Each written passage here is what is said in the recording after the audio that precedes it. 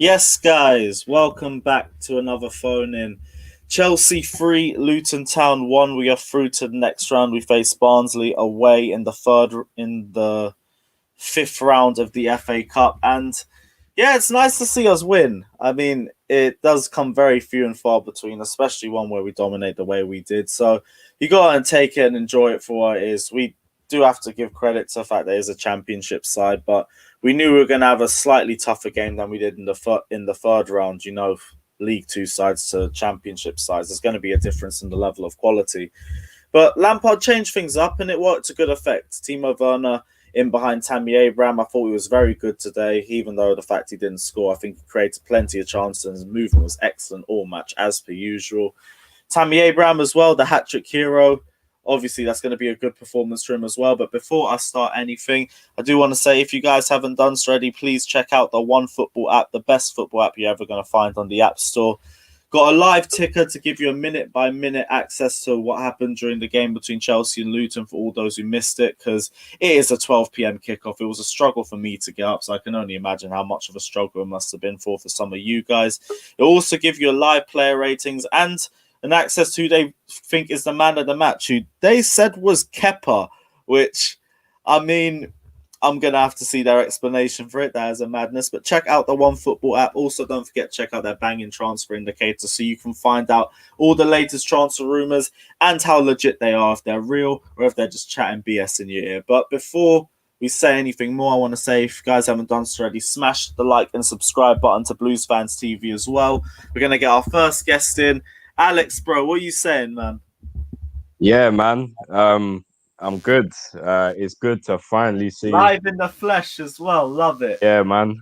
I had to reveal my face for the first time due to popular demand. But yeah, man. It's good to see a good performance.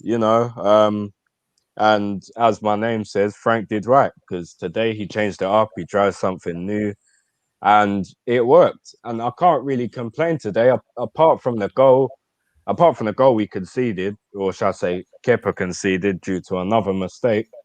There's not really too much we can pick apart about the game and complain about. Yeah, it was a good performance. Like that, I know it is a championship side, and even though they are a good opposition in terms of the championship side, they are tough to break down. I thought we played well today. I thought some of the changes that Frank Lampard made today actually worked to good effect. Yeah, like you think the Mount Gilmour partnership. I mean, I didn't expect to see that personally going into the game. No. I mean, we were obviously unsure about what the formation would actually be, but it did appear to be a 4-2-3-1 in the end, with Werner playing that sort of advanced attacking role, the number 10, if you will. And yeah, even someone like him today, it's best performance he's had in weeks. Like, Mm. obviously, it's a shame he missed a penalty, you know, um, a bit of a downer to his, wouldn't say his performance, but his day. Um, but yeah, man, we got the best out of him today. To be honest, like I saw a real change.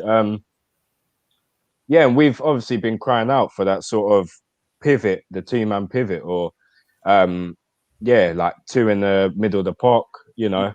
And Gilmour was sort of sitting back, and Mount was going forward, and that's what we want to see, man. I'm not saying it has to be Mount and Gilmour every game in that position, but that's the sort of formation we want to see, that two-man pivot.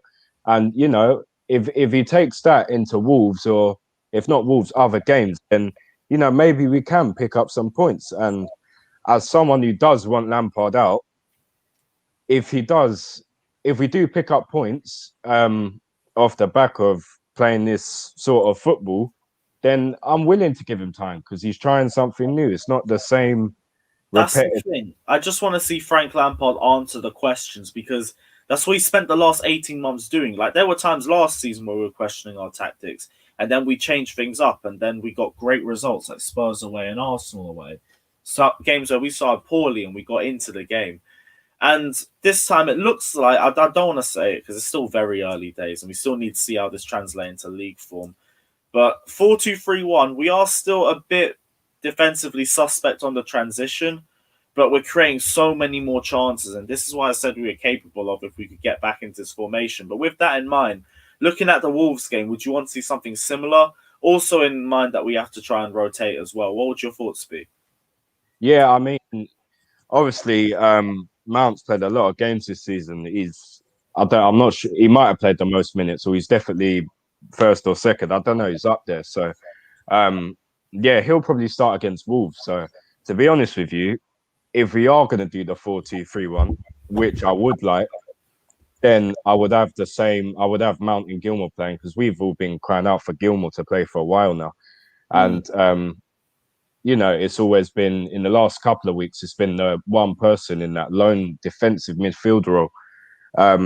And, you know, it's been Jorginho or Kovacic against Leicester. You know, now if we do the 4-2-3-1, then I want to see Gilmour. I want to see Gilmour starting. Yeah, Callum definitely has to start. When he came on, I mean, we were head and shoulders above him anyway, for the most part. But what I will say is, when Callum came on, you could see the pace to our game just went up a level. And that's within what, a couple of minutes of him coming on. You think he got the assist for Tammy's last goal, and he fizzed in another wicked ball that, you know, on another day that's going in the back of the net. Earlier on, before the third goal, he did the exact same sort of ball, but no one was on the end of it. Yeah, exactly. So you know, we've been saying about obviously Reece James and Chilwell and Ziyech to some extent are main crosses of the ball, but a lot of the time they're aerial balls that if we're playing the likes of Tammy don't normally get on the end of them. It's normally Giroud's our threat in the air. So it was good to see as well today a variety of different crosses, you know, back post, near post, along the ground as well, man. That's what you want to see. And different variety, and that was the same thing in our game as well. Like we were saying, the passing was different. There was a lot more direct passing in this match. Different sorts of crosses as well. We weren't predictable today. We're creating a lot of different sorts of chances. Yeah, and I mean, I know people are going to sit there and say it's Luton, but let's not take Luton for mugs, man. They're in the Championship. It's not the same sort of game as Morecambe. Morecambe are in League Two. Luton are in the Championship. They're mid-table.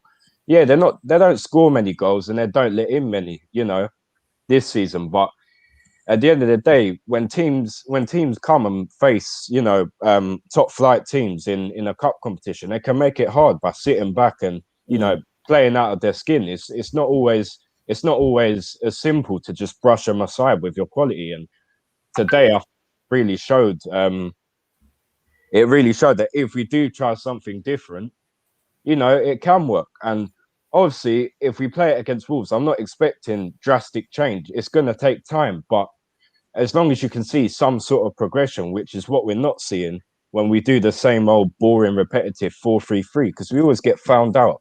We're left so exposed in the middle of the park.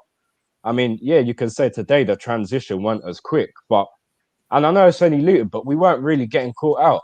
Against Wolves, will they offer more of a threat? Of course they will. But at the end of the day, you've got to introduce it gradually. You can't just say, oh yeah, if we played a 4-2-3-1 against Wolves, and suddenly we're going to look a totally different side.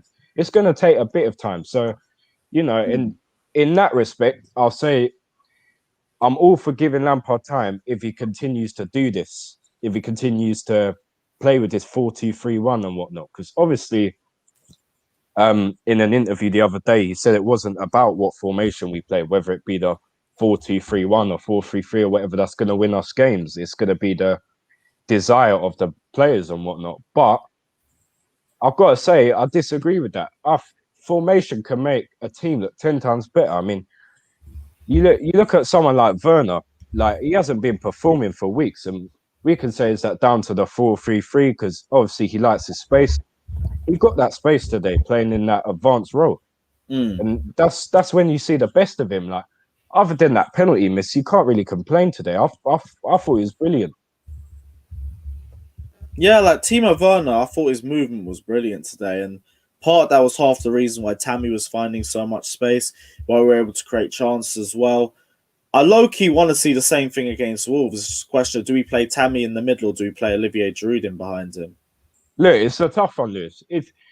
if we go with the normal 4-3-3 formation that we've been playing, then I can see why he would start Giroud, especially if we're whipping balls into the box. But then you've got to ask yourself, if Azpilicueta plays, will we be getting those same level of crosses that we would do under Reece James? And I don't think we would be.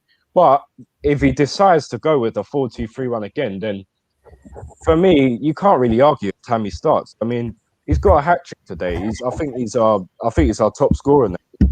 I think they're all joint on 9 goals. Yeah, he's our top scorer in the league anyway. So it'll be a massive confidence booster off the back of today if he starts against Wolves, and especially if we go that 4-2-3-1, then for me, yeah, he starts. But if he does decide to go over 4-3-3, then I can see why Giroud would start. But we'll see, innit? But Callum, man, he has to start. I mean, I know we've been saying this for weeks, but today he got what, 20 minutes, just over 20 minutes. That guy was explosive. His end product, his final ball's got so much better.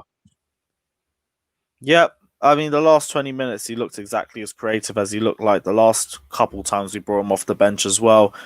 I'm hoping we only gave him 20 minutes to try and give him the start against Wolves. It does feel like it makes a bit of sense. The same way, I do have to wait and see. I've been let down a couple of times. I do have to wait and see with my eyes before I make a decision as well. But any final thoughts, bro? Yeah, man. All I can say today is, as someone who does want Frank out, he got it right. And when he gets it right and we perform, I'll hold my hands up and give him credit, which is exactly what I'm going to do today. The win, obviously, when it comes to quality, is down to the players, but Frank's got to take credit for today. Now, does that change my view on him overall? No, it doesn't. One game at a time. But I can admit when he's done right, and today he's done right. Now, hopefully, we take that same momentum into the Wolves game on Wednesday. Whether we do or not, I guess we'll find out. But it's good to see a game of football when we're convincing in the way that we win. And the 3-1, man, it was a flattering scoreline for them. We should have had about 6 or 7. I mean, I understand they had a couple of chances, but we were all over them in spells for the most part of the game. So all I can say is, yeah, let's just bring that momentum into Wednesday and hopefully get a tough 3 points against a half decent Wolves side. All right, cool. Well, thanks for coming on, man. I'll see if we're doing a group call later. It all depends on the numbers that we have. But if you're about, jump on, man. Yeah, of course, man. Safely. All right, take care, bro. Bless. Right, let's go to our next guest. Yes, bro. What are you saying? I'm good, my friend. Are you? Yeah, bro. I'm good. I'm happy, man. But it's nice to see you win. It always is. Yeah, but I'm just. So I know that it's like, yeah, we won, but it's just what's next. Do you mean it's just. You don't want to get too ahead of yourself. Exactly. Exactly that, because the running is only getting harder. We're facing we should be beating Wolves, especially on the form that they've had, because their form has been absolutely shocking. You said that last time. I know, we're the only team they've beaten in the last since December, I think. Yeah, I think so. I want to be optimistic because I saw different tactics. I saw Frank Lampard move in a different way today, and I saw positive results from it. And maybe if we play the same sort of way, I do have to take into account the championship side as compared to Wolves, and Wolves are definitely going to be miles clear of Luton Town. But same way, if we play the same way, we might be a bit more creative, and that's all that we need, because right now we've looked very predictable. This is the first game I can say that we didn't look predictable in. I liked how the combination of B. Gilmour and Mount in the middle. I think that worked for us today. I'm not sure about Mount as a captain, though. I'm still not sold on that. I was surprised because Kurt Zuma's probably the most senior Chelsea player on the pitch for that match. I thought it would have been captain before. Captaincy. Before yeah, he was captain. I mean, 3-1 worked to good effect, but it surprised me. And then Werner, I think had a really good game, except for obviously the penalty, fortunately. But he looked bright, attacking. Like, he didn't look like he was defensive, like we've been seeing him recently. But obviously Tammy getting a hat trick was good as well. But it's still them odd mistakes that are it's not great. Like, do you know like you mention it all the time, Kepa attacks. Yeah. I watched you lot while I was watching the game as well, and all your reaction was exactly how I was feeling. It was like, here we go again. And it's just you knew it. You just knew it's going to happen, and it's just frustrating, you know. It is. I mean, but that's what you come to expect from Kepa at this point. Like, I'm just happy he made like one save and did a couple catches. Didn't make a lot of mistakes in the game today. So, I mean, the standard is in hell, but it's a good performance by Kepa standards. Are we going to say that? Like, I don't really know how to claim it. Like, he's one man in a match on one football, but I think that's a fan. Yeah, that's a fan vote. I think we've had a lot of rival fans on that one because it should have been Tammy on the hat trick. Oh, before we go to rival fans, I've got to say this. Thank you for the entertainment at half time. Them Arsenal fans, they knew what to put themselves in a hole, didn't they? They always do it, bruv. Every single watch along, we've got like 100 Arsenal fans in. And it's like they're calling us obsessed, but you're literally watching us. Like this ain't no Arsenal channel. Exactly. Like, the only time I get is Arsenal v Chelsea. I mean, that one was just a madness in itself because we played like absolute trash. But every other game since, it's just bare Arsenal fans. It's so weird. And they're giving you money for super chats. I was like, hang on, you're giving us their money. That's just them. Like, I told them the only way I'm looking at their tweets, their fucking messages, is if they're paying for it. And these men are paying for it. Like, put that towards your club. Your club's broke. They're sacking like how many workers just to pay Williams 100k a week contract? Put the money towards them, man. Exactly. They're getting our have-beens like David Luiz, giving them. We take it. They want Ryan Bertrand. There's another one as well. Oh. Yeah, I hope Ryan Bertrand don't go there. I've heard they might be in for Diego Costa as well.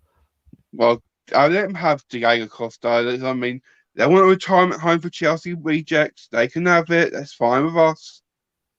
Oh, this today was game. Don't get it wrong. Glad we won, but it got boring in some stages. But it was magic to my ears hearing them at halftime, and then that just cheered me up. And then obviously we got the win, that cheered me up. But how you feeling going into the Wolves game? I'm looking forward to it, but only if we play that 4-2-3-1. Do you know what I mean? Yeah. If we get because if we play 4-3-3, we know what's going to happen. I hate to put jinx on it. We know it's going to be Mount. We know it's going to be Jorginho, and we know it's going to be Kosovic. They're going to be them three in that midfield, and if it is them three, it's going to be slow. It's going to be sluggish. It's not. It worries me. Don't get me wrong, it worries me. But if we play at 4-2-3-1 and have Gilmour and Mount, happy days. You know what I mean? You want to see Gilmour and Mount play again on Wednesday? Yeah, because you look all our midfielders. Kante looks like he's injured. I doubt he'd be fit. And then you look at I say his name always the wrong way. Kovacic. He's not in good form. He hasn't been playing to his standards. And Jorginho, I'm one of the big Jorginho haters. Don't like him. Think he plays a slow player. I don't like how he plays for us. It's just good. It's just not even got a good amount of midfielders right there. You can sit and say, boom. We all want Gilmour. I've always been Gilmour fan. Too. I'm just looking at the comment.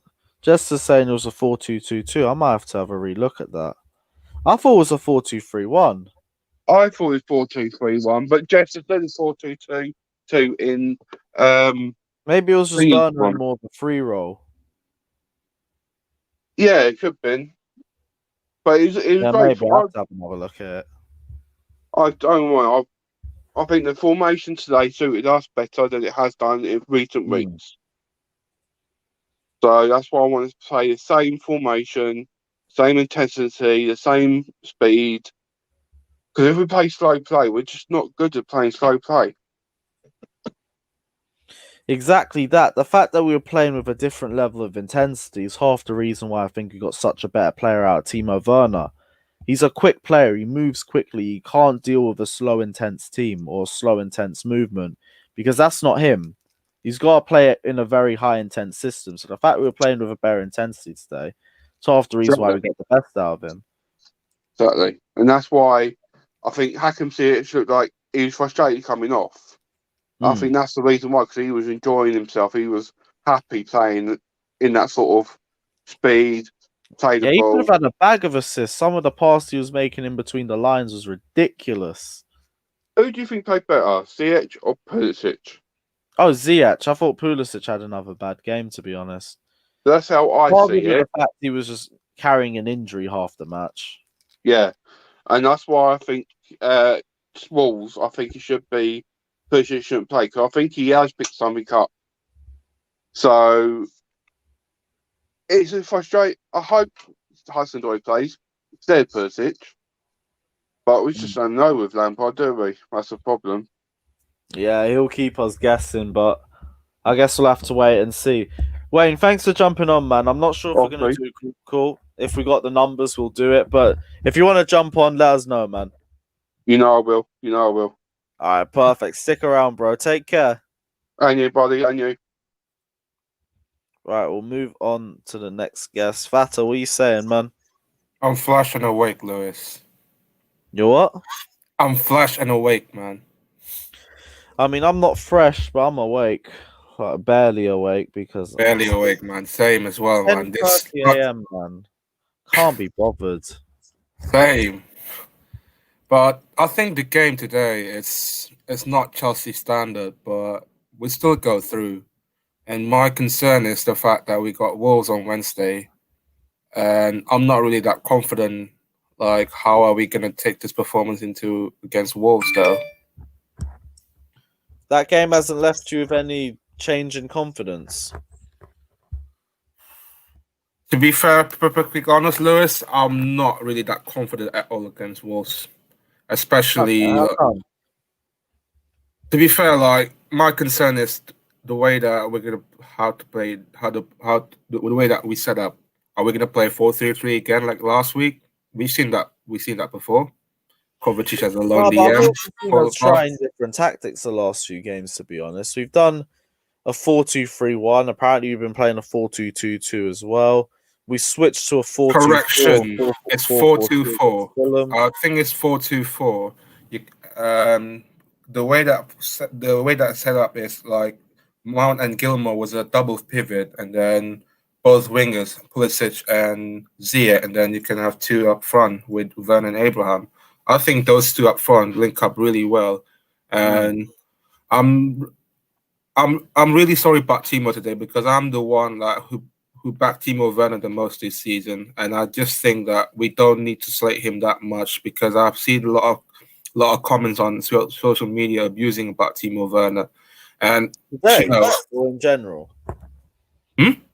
Today or in general. It's just like the way people think about today is like Timo's being unlucky and blah blah blah blah. Maybe like confidence, like something like that, Lewis. What do you think about his confidence though for the last few weeks? To be fair, today he looked very confident. The fact that we were playing in a different sort of intensity got the best out of him. I thought his movement was excellent. He was creating a lot of chances. Everyone's just going to look at the penalty because they're just going to be spamming highlights of the game. But that's why, performance over the 90 minutes, it was a good performance from him today. I like his link-up play with Abraham, though. I think it's going to suit him really well if we're going to play 4-2-4 formation against Wolves. But will we play like that against Wolves? Probably I wouldn't. It's up to Lampard. Like, is he going to stick up to another 4-3-3, or are we going to having the same like meltdown again, like against Leicester? Who knows? I'm not sure, because it's a lot of speculation to figure out what lineup we're going to end up using. But If we look back at today, though, I know it is only Luton, but we had a lot of good performances today. Ziyech was good. Tammy Abraham with a hat trick. Could have had more goals, to be honest. The amount of chances. Yeah, a lot of chances though. Yeah. And a lot of people are saying it as well because I don't know if we've spoken about it so much, but Billy Gilmour. Chat to me about Billy Gilmour's performance today. I thought he was the one that I thought he's the captain today. To be fair, perfectly honest with you, Lewis, I think he's the one that command the most around the midfield. I think he's the guy like can become the future captain of this football club. You know, prospect. Really? I would say Billy Gilmour's a captain. Yeah, maybe. To be honest, yeah, I know Mason Mount was captain today, but the one that commanded midfield a lot for the most of the game is Billy Gilmour. Yeah, Billy Gilmour was fully in control, as per usual, though. But I'm used to these sorts of performances from him. Obviously, yeah. I think Billy Gilmour, like, I would love to see him start, but is he gonna fit like? Is the setup gonna be fit against Wolves? But you never know, do you? Because I think Wolves just play on Friday night, and we're having like, I think we're gonna have like 2 days of rest, and then the Wolves team like have 4 extra days rest, and I think that slight concern for me about Billy Gilmour is his fitness level. You know, fitness level in terms of what? Still coming back from his injury? No, like tiredness, fatigue, something like that, Lewis. No, to be honest, he's barely played this season though. Like, I've been trying to push for him to get more games. I feel like he should have started the last 2. It's just my opinion, but I'm okay with that, to be fair. All right, cool. Any final thoughts? Are we gonna having the same meltdown again like last week? Hopefully not, man. I just pray that. I know some people like not overly gas about this, and some fan base about Lampard out and that they're not changed their mindset and that. I understand it, but we'll have to see, man. If it goes horribly wrong on Wednesday, like it's out of our hands anymore. All right, cool. Well, thanks for jumping on, bro. Stay around if you're about for the live group call. We'll see how many we got. But I'll chat to you in a bit. All right, take care. Right, next guest. Who have we got? Adam, what are you saying, man? Well, good win today, Lewis. To be honest, I mean, through in the FA Cup, you can't complain. We've got Barnsley next, so you know Havertz will be having a field of a day straight off the back. So but yeah, it was a good performance. I don't think it was a 4-2-3-1. I think it was either a 4-2-4, as Fada said, or a 4-4-2, because you could see Werner in the middle, like roaming. Like 5 different formations. Yeah, I'm not believing what like BBC showed and what other outlets showed. To be honest with you, I saw the setup in the game, and it just did not look like a 4-2-3-1. But it was a good performance today. I'm glad Lampard's finally changed it up a bit. Whether I believe that's going to be the formation going into future games, I'm not too sure. You know, we thought 4-3-3 was going to be the one that would end up winning us the league back in October or November time, and now we're stuck with having to change it up again. So, I mean, chopping and changing all the time probably isn't in our best interests, to be honest with you, in formations all the time. Obviously, Lampard does have to make a change, but, you know, what if we get figured out within 2 or 3 games, which in my opinion will end up probably happening. But yeah, it's a tough one. It is a tough one. But I mean, credit to Lampard where due today. He's changed it up. I thought Werner played well despite missing the penalty. I thought, listen, people give Werner so much stick. I know he doesn't bury his chances, which is fair enough. But his off the ball movement is quality, and you know he's going to get those chances. And you know he puts one in the back of the net, which will come soon. He's going to get his confidence back up, and he will come good. He will come good, Lewis. I'm telling you. Yeah, I mean, he had a confident performance today, in my opinion. It's just everyone's going to look back at the penalty. But I think other than that, if you take the penalty out of it, it was a very good performance from him. Yeah. Very creative. Good performance. For Kovacic played well when he came on. Made an instant impact for the through ball into Werner.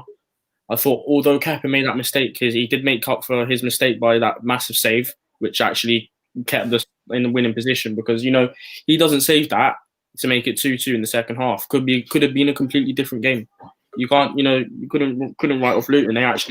They played well. They played well, especially after they got their goal. I thought they actually, I thought what they did was they sat back a bit more. But we looked a bit like when Luton scored. We looked a bit more like the intensity just for the first 15, 20 minutes that we had.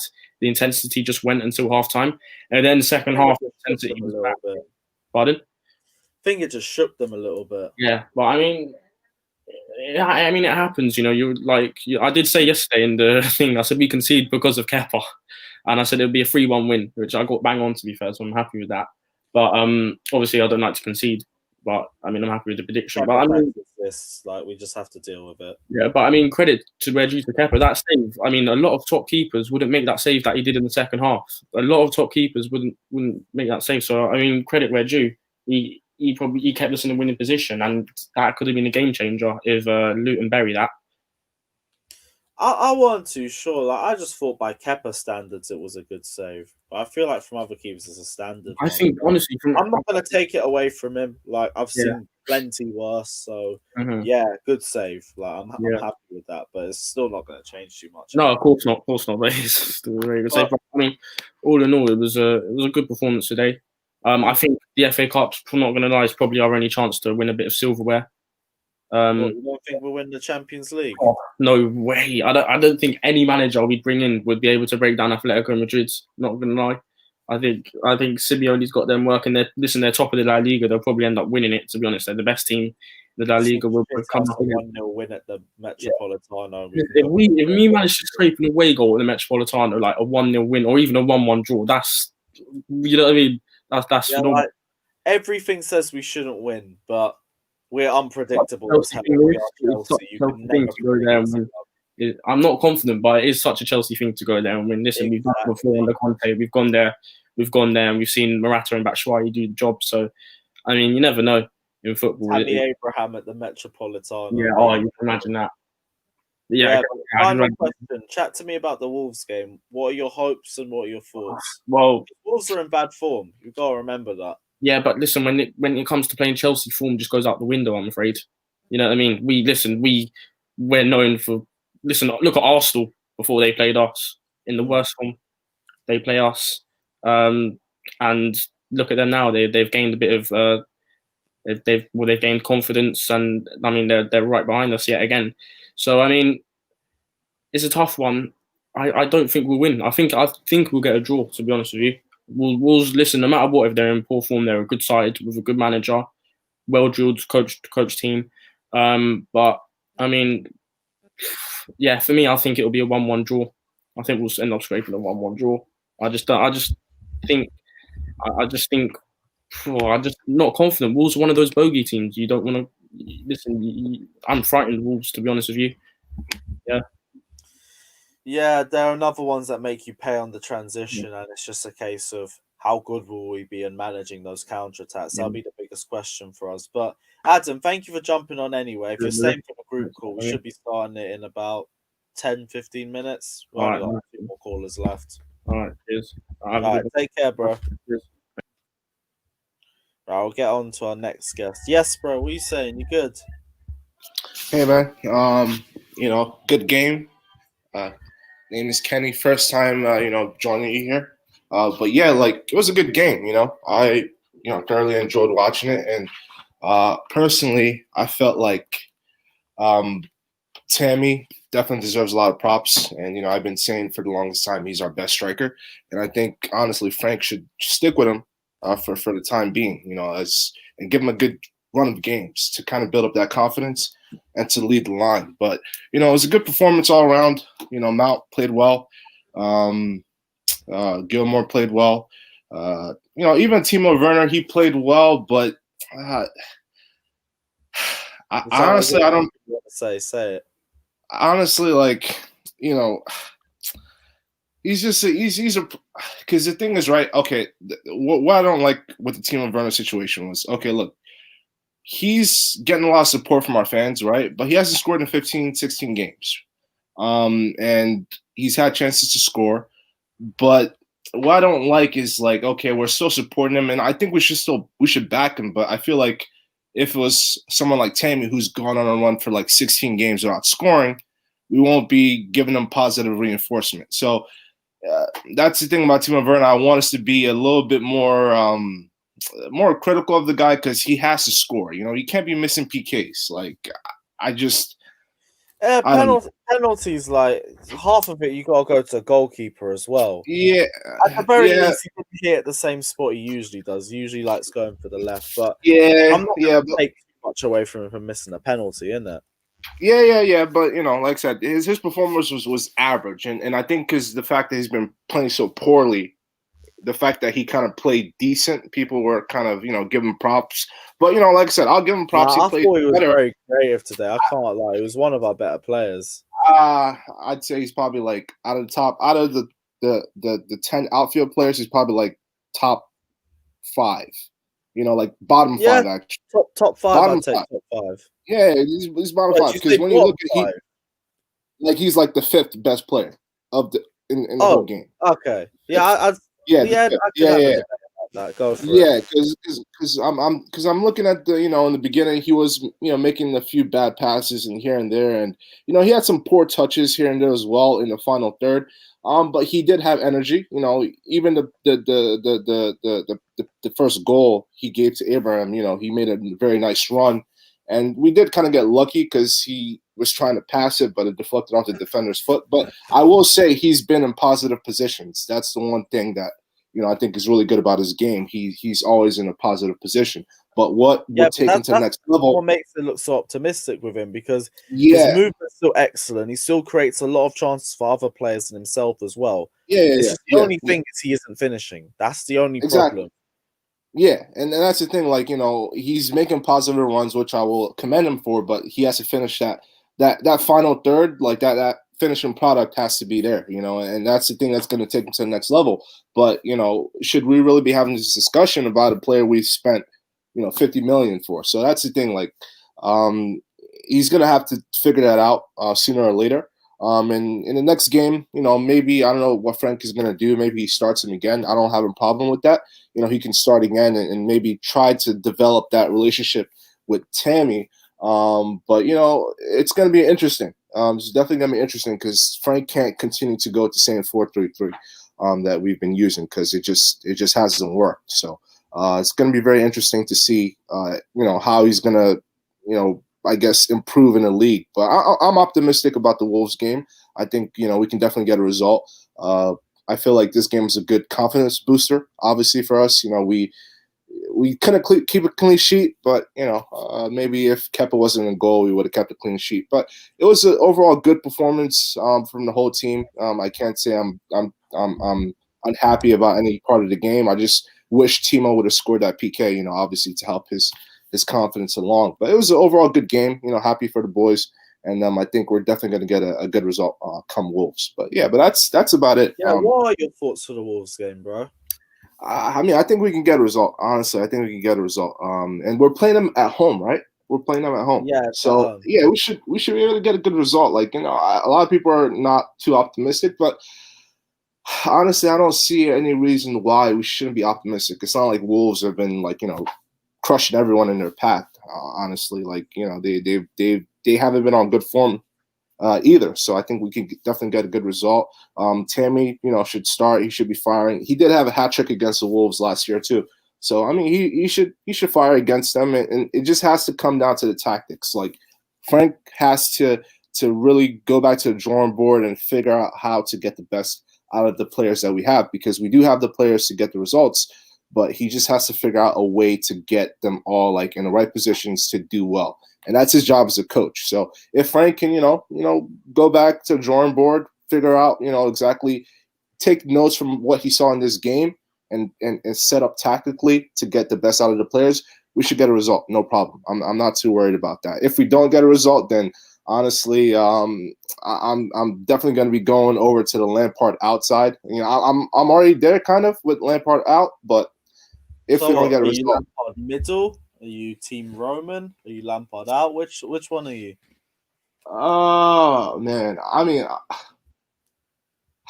honestly, I'm Lampard out. I'm there. Like this game, kind of pushed me back on the Lampard in. But if we lose against the Wolves on Wednesday, I'm gonna You're be still unsure. You're still yeah, unsure. yeah. I'm like kind of going back and forth because this result was very positive. So I'm kind of Lampard in at this point. But if we do lose against the Wolves, then honestly, man, I'm gonna be Lampard out because it's just yeah, we just can't keep dropping points in the Premier League, man. We just can't keep dropping points. But again, if we are gonna sack him, I would prefer we do it at the end of the season. I don't want it to do it like in the middle of the season. I don't think that makes sense. I think we should give him at least the benefit of the doubt to finish the season. And then if we don't make top 4, then maybe we can sack him. But that's where I'm at. All right, cool. Well, thanks for jumping on, bro. We start a group call in about a few minutes, so if you want to stay on for that, stay on. But until then, take care, man. All right, man. You too, man. Bless. I'm gonna get, I think, our final guest on. Ryan, what are you saying, man? Oh, yo, what you saying, man? I'm good. What are you saying? I'm good, man. But good win, innit? But yeah, I'm just gonna start with Timo Werner first, man. I just feel sorry for him, man. I just feel sorry for Timo Werner. Like, he had a good performance. Like, people are gonna clown him because he missed a penalty, but everyone who's clowning him is either rival fans or people who didn't watch the game and just saw the penalty. But yeah, I think he was good today. He looked more confident. It was always like when he played in the past couple of games, he just hasn't looked confident. And today he looked confident. And the penalty, if he scored that, this would have been the icing on the cake. But after he missed the penalty, he got the ball like a couple of times and he couldn't string like a 5-yard pass. He was losing it. And yeah, he just looks down. But yeah, hopefully we see the Timo Werner we saw today. And yeah, I just think he shouldn't have shot right. I think he should have shot left because that's where he normally shoots. So it would have been a question of choice with him. That's all. Yeah, I know, but I just thought because normally he shoots to the left, and then when he does shoot to the left, he generates more power because he's not like an Eden Hazard penalty taker or a Jorginho or something like that who waits for the keeper to move and then just calmly places it one place. It's just like he tries to smash it as hard as he can and hopes it goes in and tries to put it to one of the corners. But yeah, it is a penalty miss. It just happens, so I'm not going to dwell on that too much. Mount and Gilmour were good. Mount took the captaincy. What's it called? I thought Zuma was going to take it, to be fair. But yeah, Mount was good. I think he didn't have the license to go as forward as much, but he was mainly just getting the ball back and passing it along and just trying to help not getting catched out on transition. So him and Gilmour were good as well. They were like stringing the midfield together. And yeah, I think Ziyech was good as well. I think him and Reece James, whenever they do play together on that right-hand side, it's really good because Reece James is a lot more athletic than Azpilicueta. So whenever Azpilicueta plays with Hakim Ziyech, it just doesn't work as much. But when Ziyech plays with Reece James, it helps. But yeah, it was good from Lampard to change it up. But yeah, I just hope we play the same way we do against Wolves, and we just play the ball quicker. You know what I mean? I don't want to see it static. And yeah, Lampard, he has to what's it called? He has to get the players on board, because if he gets the players on board, he's gonna win matches. Because the quality in the team from defense to attack is really good. But I just feel like the past couple of weeks, like Lampard has kind of lost the players, and the players don't really want to play for him. But I think if he tried to get the players on his side and tries to, like, for instance, Kai Havertz, ask him, where do you want to play?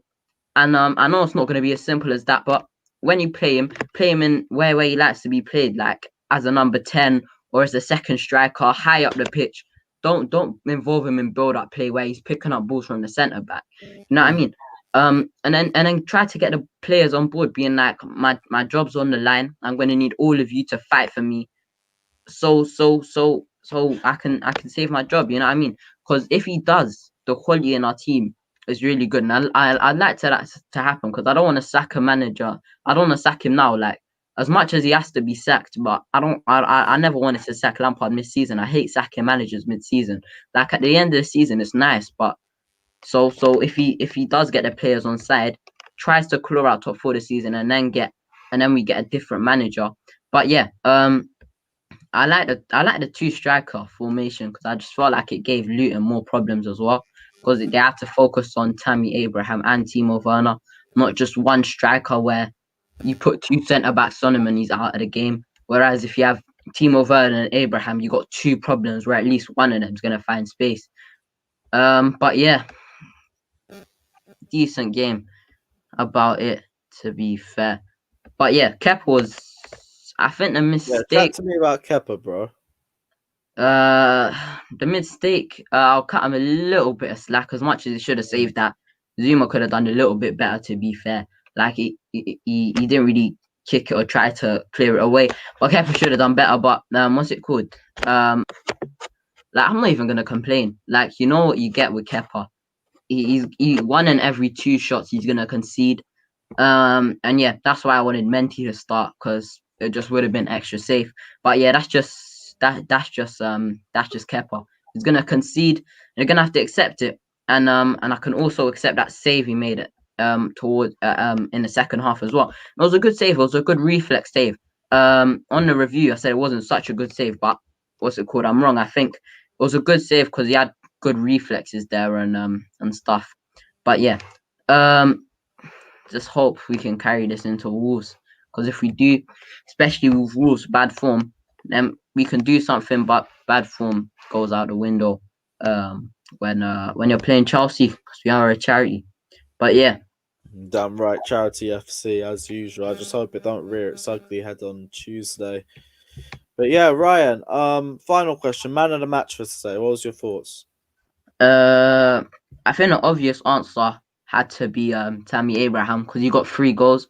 He could have had more as well. He could have had 4 or 5 like Giroud did in Sevilla, because that was that one where that was the one at the start where I think Hakim Ziyech played him in, and then the keeper came quicker than him.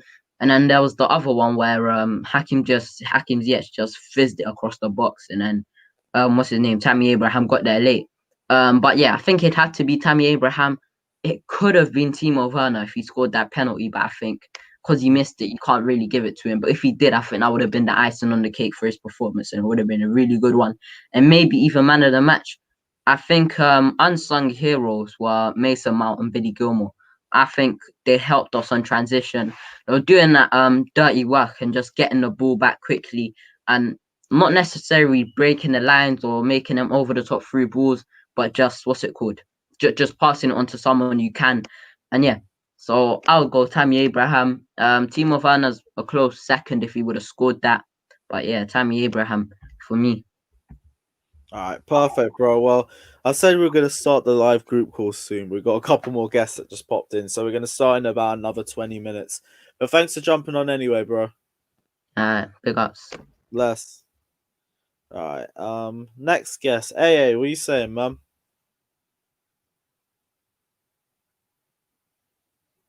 Absolutely nothing. Your thing's on mute, bro. Nope, just getting aired. It's peak. All right, well, might jump back on later. I'm not sure. Yes, bro. What are you saying? You good? Yeah, good result finally. Thought we would win today. We didn't make it easy for ourselves. I thought the first half we played well. Apart from the Kepa attack mistake again. I don't know what's happening with him, bro. Seriously. I mean, he didn't make a good save in the second half, but that first half mistake, he always has that in him, is it? Like, yeah, standard Kepa, but at the very least, he popped up with a decent save in the second half. Yeah, but I think first half we should have been out of sight, probably 3 or 4 goals to the good. We had chances. Tammy was good today. And second half, I think till we got that third goal, we were like a bit shaky here and there. But when we got the third goal, it looked like as if Luton Town's head like kind of dropped after the third goal went in, because they did have a go. Give credit to them. They played well today, actually. Even though the scoreline doesn't reflect as much. But yeah, man, Timo Werner, I don't know what I can see the effort from him. He's putting in the hard yards, he's putting in effort, but he's just not scoring. And it's like so disappointing. I mean, I just want him to start scoring and like go on a good run. Because we have got tough games coming. We have Wolves, we have Burnley, we have Spurs, and so on and so forth. Then obviously I think we have our next 8 games in about 24 days. Literally a fucked up schedule. So yeah, our running is looking peak. Yeah, exactly. And we have obviously the Champions League, and I think Atletico Madrid, they're like peak, man. They're like 7 points clear with 2 games in hand. That's peak. I mean, albeit Madrid and Barca haven't been that great though, but still. And still top of the Um, league for a reason. I think they've only conceded 2 goals in the league. yeah, exactly. Something And like that. and I expect we are good today. I think Billy Gilmour in the midfield was an absolute beast. He bossed the midfield from start to finish. Hakim Ziyech had a very good game. And this is why everyone pushes for Billy Gilmour to start, because you know what he can bring to the table. And we saw even today. I mean, even last season, I think he played like 2 games before he got that lengthy injury. And even this season, the games he has played, he has actually performed well. So, and Hudson-Odoi, when he came on, he got the assist. He should have got probably 2 more assists. He also had a very good game. But yeah, man, defensively in parts we were shaky. I thought Emerson was he was good in parts, but overall his defensive game was kind of average. I felt might be wrong, but yeah, man, overall I felt it was a good game. And yeah, Wolves, Burnley, Spurs, 1 game at a time. First, you have to beat Wolves, even though I think they're like 14th or something. Like Who? Luton? Wolves. Oh yeah, Wolves are 14th. They're 14th. Yeah, saying that they beat us so last time, but you can never take any team for granted. They obviously got Pedro Neto, Podence, and yeah, all those good players, and you can never write them down. You know what they're gonna do. They're gonna sit back and wait for the counter, and we should not directly play into the hands like we played like last. With the Wolves away was 1-1. Last minute they counter and Podence scores the winner. And that's like, and that was so irritating. I want us to win that. I want to win Premier League win very badly. It's been how long? Last one was West Ham, I think, towards the Fulham. Fulham. Yeah, okay. I mean, that was scrapey. West Ham was scrapey, but I want us to be like. I want us to be convincing from the first minute. Obviously, you're gonna have spells when you're on the back foot, but overall, we should be convincing. And I think today's system kind of worked, but I'm not sure if Lampard will probably play the same system on Wednesday. What do you feel? I hope so. Yeah, I'd really it like was to 4-2-3-1 today, right? 4-2-3-1. 4-2-3-1, but I'm Yeah. hearing about 4 or 5 different formations. But I want to see a 4-2-3-1. I know we might suffer a bit on the transition still, but we're going to create plenty more chances in that formation. So I've been advocating it for a while. Exactly. And with Hakim Ziyech whipping that in, you want... I'm not sure. I probably want... Maybe I might put a case for Drew starting, because whenever he starts, he genuinely scores. And with those balls whipped in, you want him to be the first man to get on those crosses. I'm kind of like here and there on that time. Abraham, yes, he scored a hat trick, but will he perform against Wolves? We have to wait and see. Hopefully, he performs.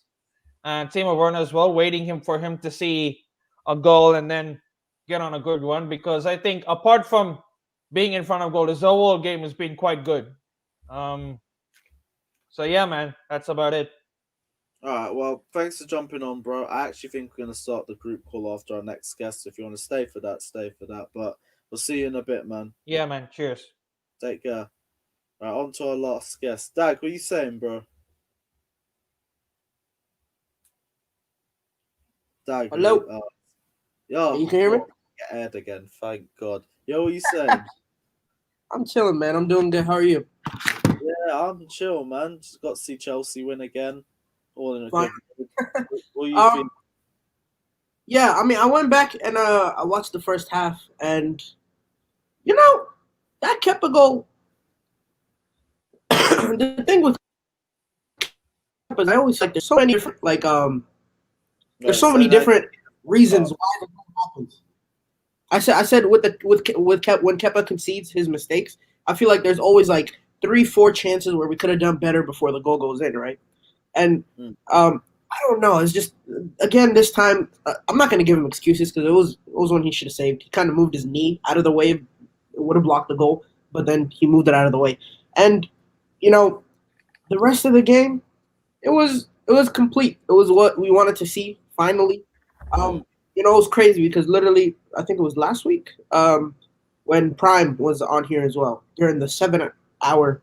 I think it was after the Leicester City loss. I said I wanted to see Mount playing in a double pivot, or when I saw the team sheet formation wise, like on I don't know where it is for you guys, but for us it's ESPN, right? And it was a 4-2-3-1, and I don't know, they were playing all sorts of. Of course, Werner never really sticks to his position because he always drifts wide, always drifts to the left, right. So we didn't really have a set formation, I think, but it looked like a 4-2-3-1 based off of the midfield, and I feel like it worked to an extent because obviously it's Luton and they were just sitting back. So with a team like Wolves, literally what happened last time, we went a little bit too all-out attack, and then we got caught last minute. So I don't think it will be smart for us to play that exact same way, but I think that formation would work, right? I think the team sheet would work, but there was times where Mason Mount was literally in the box, right? In a double pivot. In a double pivot, for me, I can't have that, right? The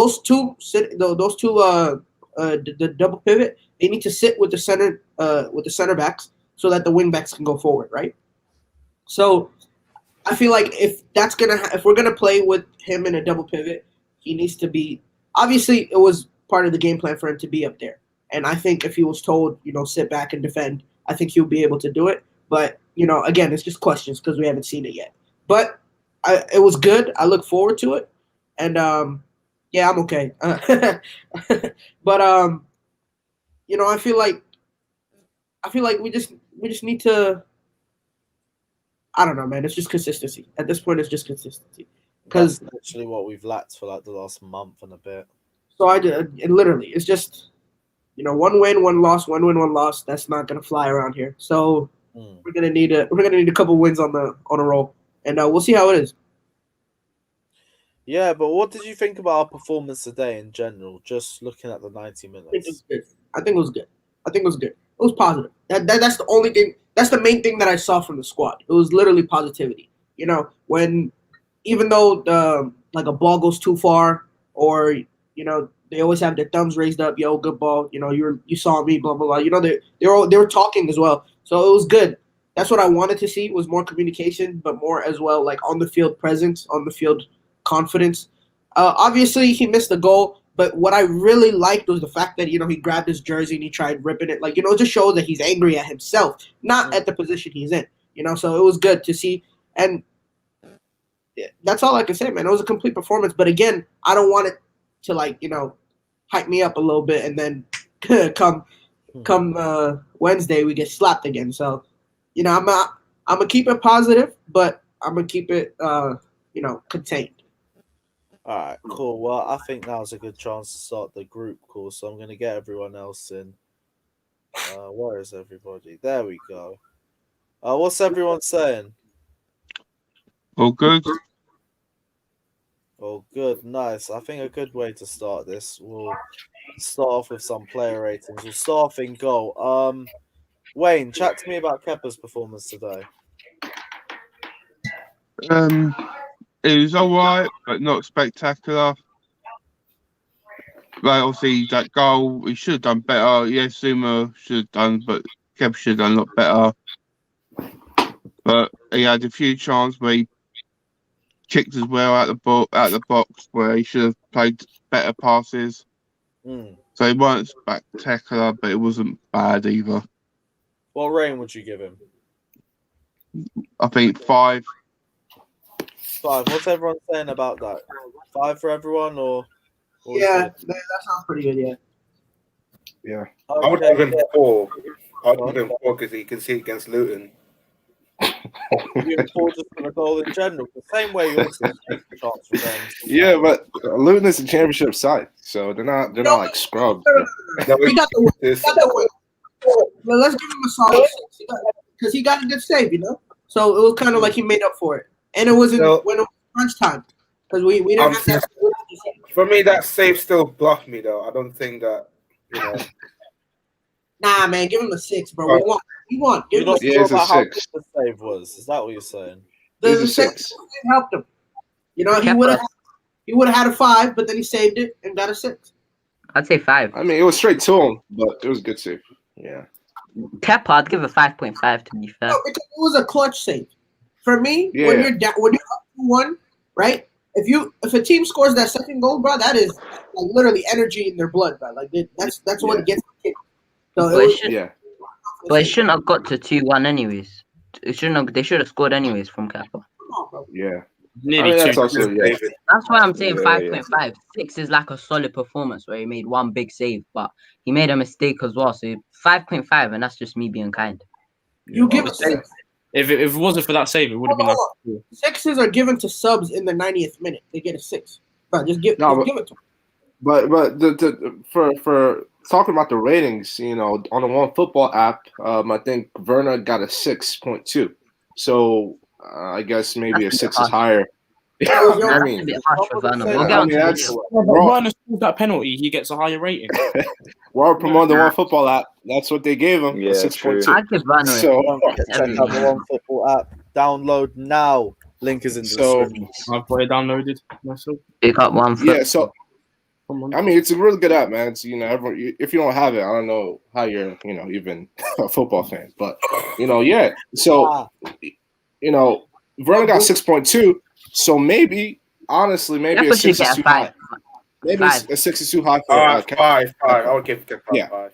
Because if he Well, didn't make that yeah, save, it would have been a 3. Five. It would have been a 3. So that save only bumps him up to a 5. 3. Cool. Damn. So harsh. That's not harsh. The highest I'm giving him is 5.5. We'll go 5.5. We'll save Yeah. us all going Yeah, round. 5.5. That's Right, generous. Alex, we're going to go to you next. Reece James, what are your thoughts on this performance today? He looked a bit back. He looked back today a lot more energetic than we've seen in recent weeks. Yeah, it looks like it don't look like he'll start against Wolves, but you know, you never know. He might. Hell no. He was Hell involved. no. He was involved in a lot of our build-up play, and you know, put some good deliveries in. Didn't really get caught out. I thought he was solid, man. I'm happy to give him a 7 or an 8, to be honest. 7 or an 8? I'd say What else 7. is everyone thinking? Yes.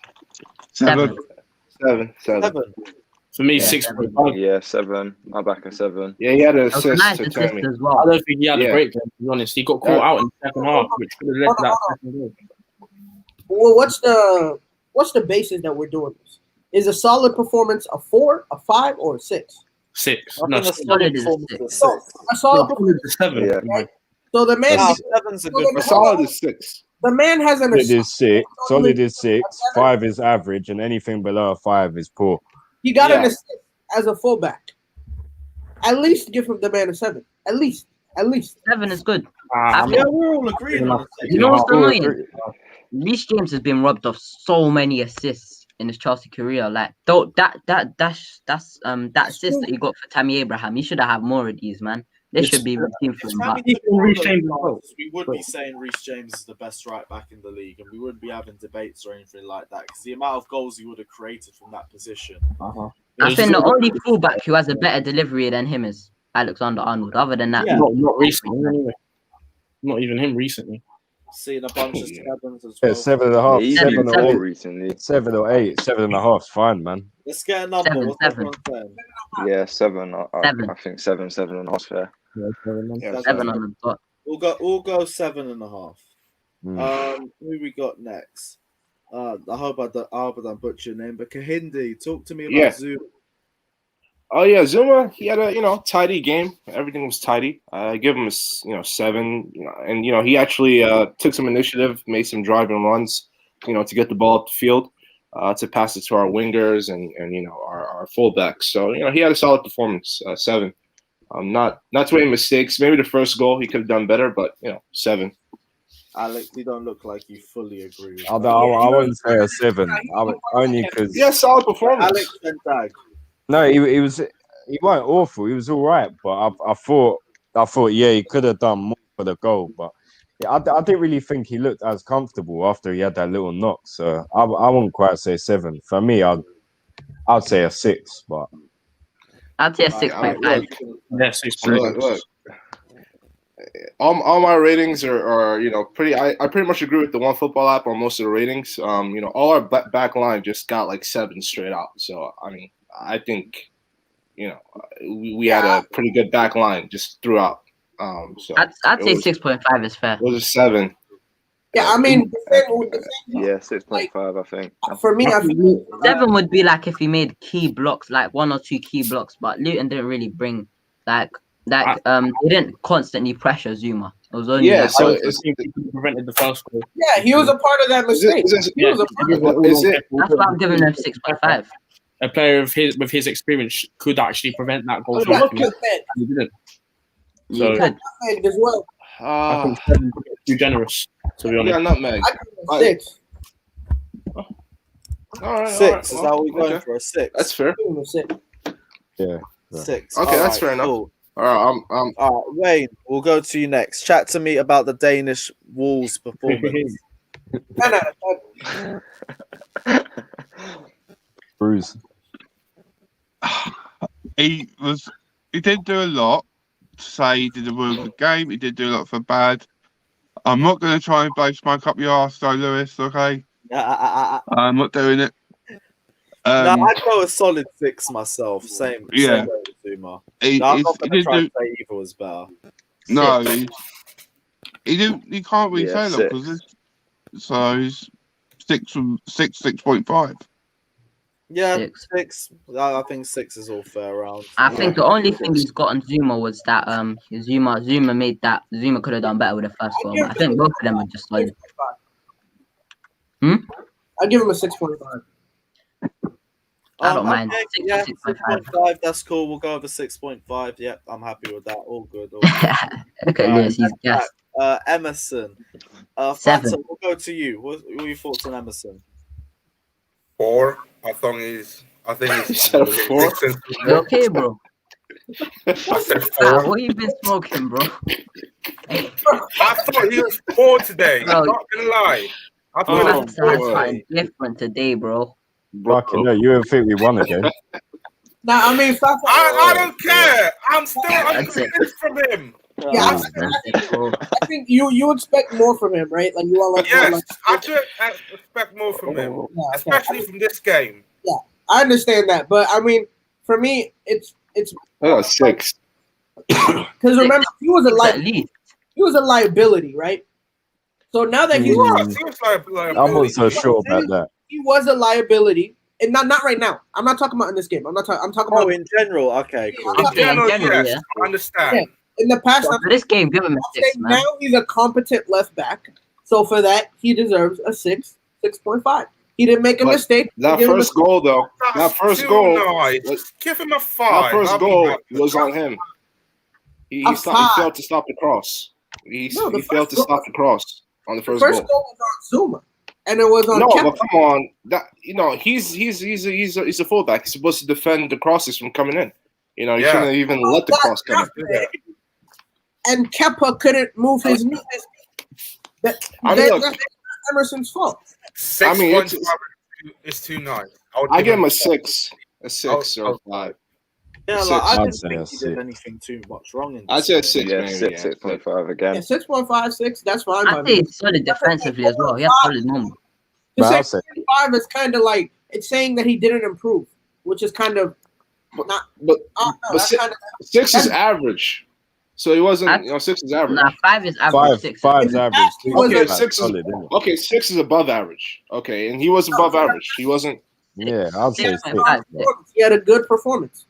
Okay. Yeah, I'm with Ryan on this, man. 6. I'm saying 6. Give him a 6. Yeah, Yeah, six. I think that could be a case six for is fair. Putting the 6.5. player But ratings up on the ticker. One sec. You What guys game- being you guys being too nice to Emerson or something. Well, what did yeah, he's dead overall. But in this game, he was good, man. Nah, Emerson come on was now. Same for Emerson then. Do you know what? If we're basing players on current form and merit, then Emerson should be starting because he's actually done all right when he's played. Like Emerson over Chilwell. Oh, if we're the basing only on thing current with that, the only form- thing with that Chilwell. is Nah. because Emerson's had games against like easier teams, so like Emerson's Chilwell good, What man. can't happens when you give Emerson regular game time? I'm not saying give him. I'm just saying if we're Nah. Lampard can play players on merit, so if we're playing players on merit, then because Chilwell has been inconsistent recently, let's be Adam, honest. that I'd merit thing rather is have a lie. Ashley on the left. I It's a can't lie, lie. bro. I don't believe the merit thing. I think the merit Merit is thing a is lie, not bro. true because It's if called merit was favoritism in Lampard. Hudson-Odoi I think would synonym have for started that. against It's a Fulham. synonym for Gilmour would I have think, started against Fulham. I've seen improvement in Emerson like this season as well. Like, Yeah. I think he has competition himself now. Like, This merit thing's he's not bullshit. just competing against Marcus Alonso. Yeah, the merit anymore. thing. He's against a proper Merit left thing. I back. think is all a big. Yeah, The merit Yeah, he thing, was. Emerson was I very don't good. trust it. Like if Go ahead. So we're going for a 6 for him then. no, Yeah, go. yeah, 6. I'll back a 6. Okay, cool. Emerson 6. Cool. Next player, we're gonna go Mason Mount. Adam, I'm gonna go to you. What's your thoughts? For me, he gets a 6.5/7. I think he done the captain role very well today. Like the pivot, it was a good performance from him. For once, he didn't get a full 90 minutes, which surprised me, to be honest. But Yeah, I was so shocked. no, but seriously, like Yeah. I'm happy for him that he got the captain role. I mean, he must be buzzing with that. So congratulations to him. In all fairness, if there's anyone on the pitch who deserves it, it is him. Because he plays week in, week out. So I mean, yeah, but for me, 7, 6.5. I think he's a future captain for Chelsea. If he stays, he's going to be a future I think captain. Yeah. Mason Mount. In my opinion, I think it's Reece James. But Yeah, I think it's between him and Reece James for future captain. Yeah. Reece Definitely. James just doesn't. Look, if I'm Reece James just doesn't talk enough on the field. nah, he's a No, leader. no, He's exactly. a leader. I swear to He's God, quiet off the field, but on the field, he's pretty good. I haven't He leads- talked once. It's a bit like I mean, Mendy. Like Mendy's quiet off the field, but on the field, he's commanding. Like Reece, you don't have to be loud off the you don't have to be loud off the field. You can be loud. But on it's the field. I don't Lead know. by example. Not on the field. Yeah, Reece James leads by example, but is Mount really that vocal? I mean, I think Reece James watch is very him. good. Mount is, I think mean, it's just All I see him doing is running around most of the time. You know? Mount is more vocal than Reece. I'll tell you that. I know. Okay, he's more vocal than Reece, but is he really that vocal? Watch the game. He's much more vocal. A player makes a mistake. Reece James lets them know.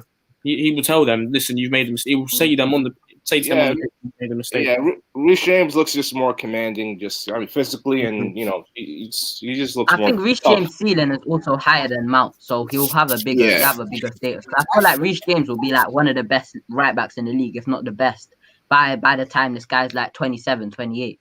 He was going to be like one of our best players on the team. And we have to understand too, Mason Mount, his fortunes are tied to Lampard. If Lampard, stays for like the 3 years, definitely. But if he goes, I don't know if Mason Mount is going to be getting as much game time or as much consistency.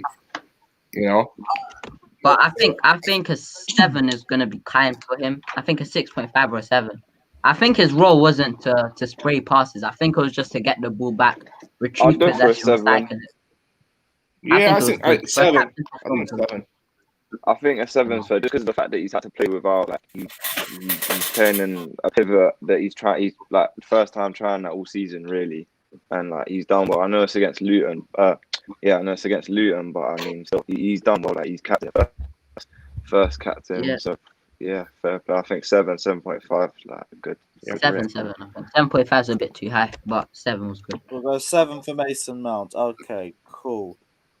We're going to have that back up. And then next player, we're going to go for Billy Gilmour. Ryan, chat to me. Thoughts on Billy Gilmour's performance today? I think it was good. I don't think he had as much licenses to go forward. But I think it was retrieving possession, recycling it. So I think a 6.5/7, a bit like Mount. I don't think it was that bad. I thought it was 8. I thought he was one of the better players on the field. He is a I'd bit say too 7.5. Could be an either or, to be honest. He was one of our top players. I don't think he today.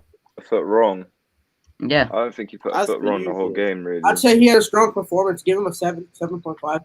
I'd say 7.5. 7.5, yeah.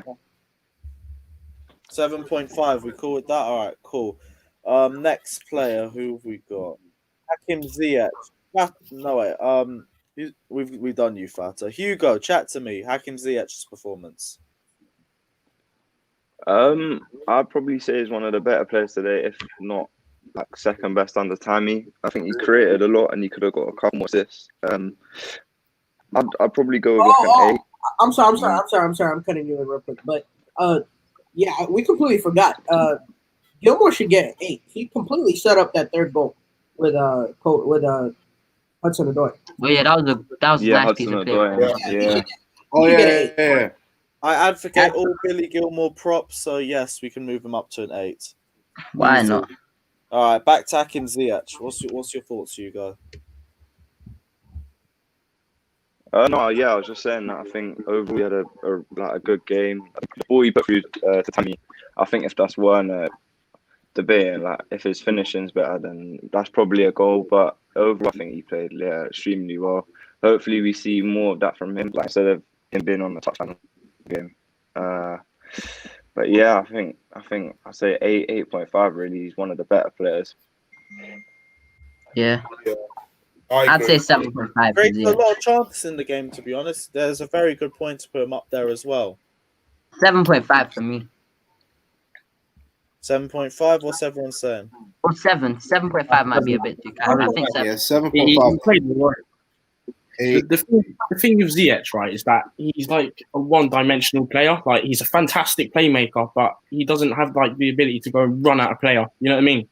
He's not like He's mainly more creative. I think that's more pace. I think that's more because he knows he's not as fast. I think. Nah, I don't think he's that. I just think he's just. But here's the thing. When he gets up against the player, he's either gonna reach James on the overlap or do a little cross. He's not gonna be like Eden Hazard or Pulisic. He's just gonna run at players for fun. That's just not him.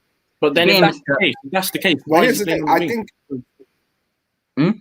If that's the case, then he Look, shouldn't I be on think the he wing, can. He can run it.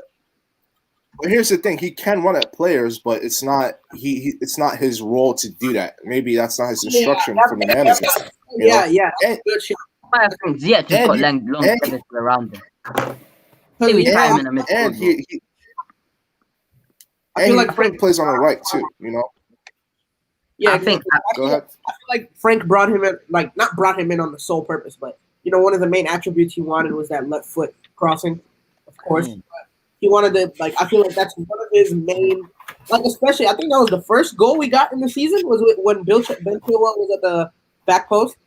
But like that goal, if he wants to create or like at least like have the opportunity or like try to create that goal, like almost every single game. But he tries it at least 3-4 times where he tries to boot a ball from the right side to the back post, but it doesn't work because it takes him like 3-4 times to get it right. But also, the first goal was good.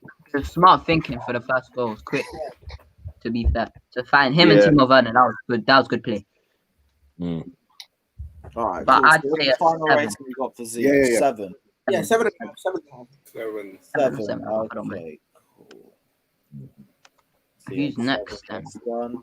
And we go to Timo Werner next. Tyree, seeing as you just joined us, go for it. Timo Werner, what are your thoughts on him? Bro, I'm gonna be completely honest with you, man. I just watched the first half, and then they said, you know, I can't get this. I have to go back to sleep. I was really tired, but I was legit up from 1 in the morning to 5 in the morning, like starting out my university stuff. Other than that, I watched over the second half. Justin missed a penalty, and he made some good runs in the first half. He got an assist, so I give him a 7. Actually, he didn't get an assist. Actually, It wasn't this it. It was a They deflection. didn't give it to him. Yeah, they didn't give it to him. Oh, yeah, I think all was that assist. Okay. In our eyes, it is. In No, our check eyes, out football app. Second goal. in our Check eyes, the it is. football app. Just take it. Yeah. Just take. Wow. I thought it was his, but Just take it as an assist because it literally is. he was dangerous in the first half. I think you gotta give that to him. Technicalities. It's just technicality. No, but, I mean, I don't think officially he got the assist because No, of course, officially He didn't. He didn't get the assist, but it was basically his assist. Talking about the rating wise, like it's based on the rating. Yeah. But nobody can. He had a good performance, man. It's the only people who are gonna cuss him is rival fans. Look, rival fans. Yeah, the game is on BBC iPlayer. You can go rewatch it. You can go rewatch the game before you make your stupid little tweets. Yeah, the game is on BBC iPlayer completely for free, and just go watch the whole match and see how Timo Werner played. Oh wait, there won't be arcs. I Just played see well, before exactly comments. He did play Exactly, well. but people are gonna I say, give him a 6.6. I think it's been one of his better games for sure. you look confident. It's a poor And then penalty. You look Don't get me wrong. It is a poor penalty, but yeah. when not score every single penalty is the truth of I the matter. think the penalty would have been the icing on the cake. Like if he scored that penalty, it would have been like a It might perfect be a goal. little. It was a good run in the first Yeah. place. Cool. That was a really Yeah, good pass. definitely. Like, Still Pulisic worth to get as the well. penalty. Yeah. I still think he could have got the shot off. I really think, like, I don't know if you lot agree with me, but he could have. I think he could have got the shot off. I just think he's so low on confidence. He's thinking, all right, let me try and get a penalty. You know what I mean? Yeah, exactly. Yeah. He could have I done think he's Yeah, trying to I round the agree. I keeper bet as that. well. But he has it in the back of his head, so he's fast. So You know what I any mean? touch and he goes down, it's going to be a penalty. Listen, So smart. I think this second half of the season is going to be important for Timo Werner. I think he's going to find form, and hopefully he could. But Lampard just needs to. He just needs to go. That's just. I'm still Lampard. Like, not 3-1 win against Luton Town could ever No, even get- sustain Not me. gonna No. lie, not gonna lie. Yeah, Come on. I love the link up between Tammy Abraham and Timo Werner. Yeah, it was a good one today. It was good in the first half. They didn't get I one. think our games are away as well, so it'll be good for Timo Werner. That's how Wait, so what? He won't What be actually up. was the formation? Like that's What formation was it? literally Was it how 4-2-3-1, 4-2-2? that's Adam. I thought it was a 4-4-2. I really thought it was a 4-2-4. I think it was Yeah, 4-2-4. at first It's I not thought it was a 4-2-3-1. 4-4-2. I But then refuse to believe that it was a 4-2-3-1. Just looking at the I shaping think it was Just take it. I take it when we're talking about formations. Like I think we should base it off of the midfield. It was a double pivot, so I would say a 4-2-3-1 because it was a Yeah, double yeah, pivot definitely. and everyone else just roamed around. So off of the midfield, I'd say it's 4-2-3-1. Right, guys. Final reign for Werner. 7. 7. Seven. 7. 6.5, 7. 6.5, man. 7, 6.5. Yeah, You can't. 7 or Well, how 6.5. can how can Werner get a 7 and Zuma got a 6.5 or 6? Because he should have done better for that goal. He should have You guys done missing better for that PKs. But He Werner should've missed done a better for that PK. goal. You know. Man, I think 6.5 is really harsh. on Hey, Werner. missing a PK happens to the best of us. Yeah, 6.5 is too Hey, hard. missing a PK happens to the best of us. It happens. No, he's a striker. That's it. But like, here's the thing: he's a striker. Like Zuma got a 6.5 defending. He made a mistake. So Werner made a mistake in Missing a not penalty? scoring a PK. So I think it's fair. Yeah, because that's a mistake.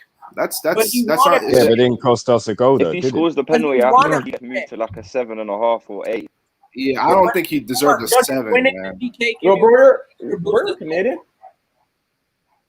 What? Right. You know It what was a we'll poor do? penalty, but It was a strong Dag, score. Dag, Let's Dag. just say 7 and put it Werner to bed, rating. man. What's your rating for Werner? 7. Right, Alex, what's your rating? 7. Wayne, what's yours? 7. Right, Kahinde, what's yours? 6.5. Can't give him a 7. Pata, what's yours? I said 7. Hugo? Yeah, I'll go 7 as well. I can't lie, 7's already one. But any of you lot saying 6.5, you all can Nah, say 7. 7. 7.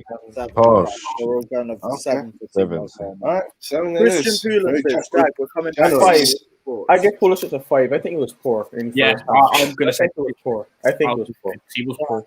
He needs Poor, very poor. no one is going One to more time. No, come on. 5 is harsh. no one's going to admit this, but I think he needs to be Yes, dropped. I think he needs to be dropped. He missed the 5 is harsh. He needs to sit out a little bit. You look in the first half where Werner dummies the He was ball. really poor. Really. Werner dummies the ball in the first half into Pulisic. You had so much time to get like a good shot off. Yeah, he missed a big chance. His crossing was poor in the first half. Second chance, fair enough, when it's been crossed in the second half. I can understand he's missed that, but the first one, he has to get that right. He has to get that right. Last season after lockdown, he gets that right. He would put that 100%. 100%. I don't know. I feel like with Pulisic, I just don't feel like he's driving at players like he used to. Because like after he's got these injuries there, I don't see him Yeah. driving at players like last season. Yeah, It's kind I of like he agree, gets the ball, he looks for the left back on the overlap, or he tries to release it or just quickly get a shot off. Like last season, he was destroying Liverpool's defense.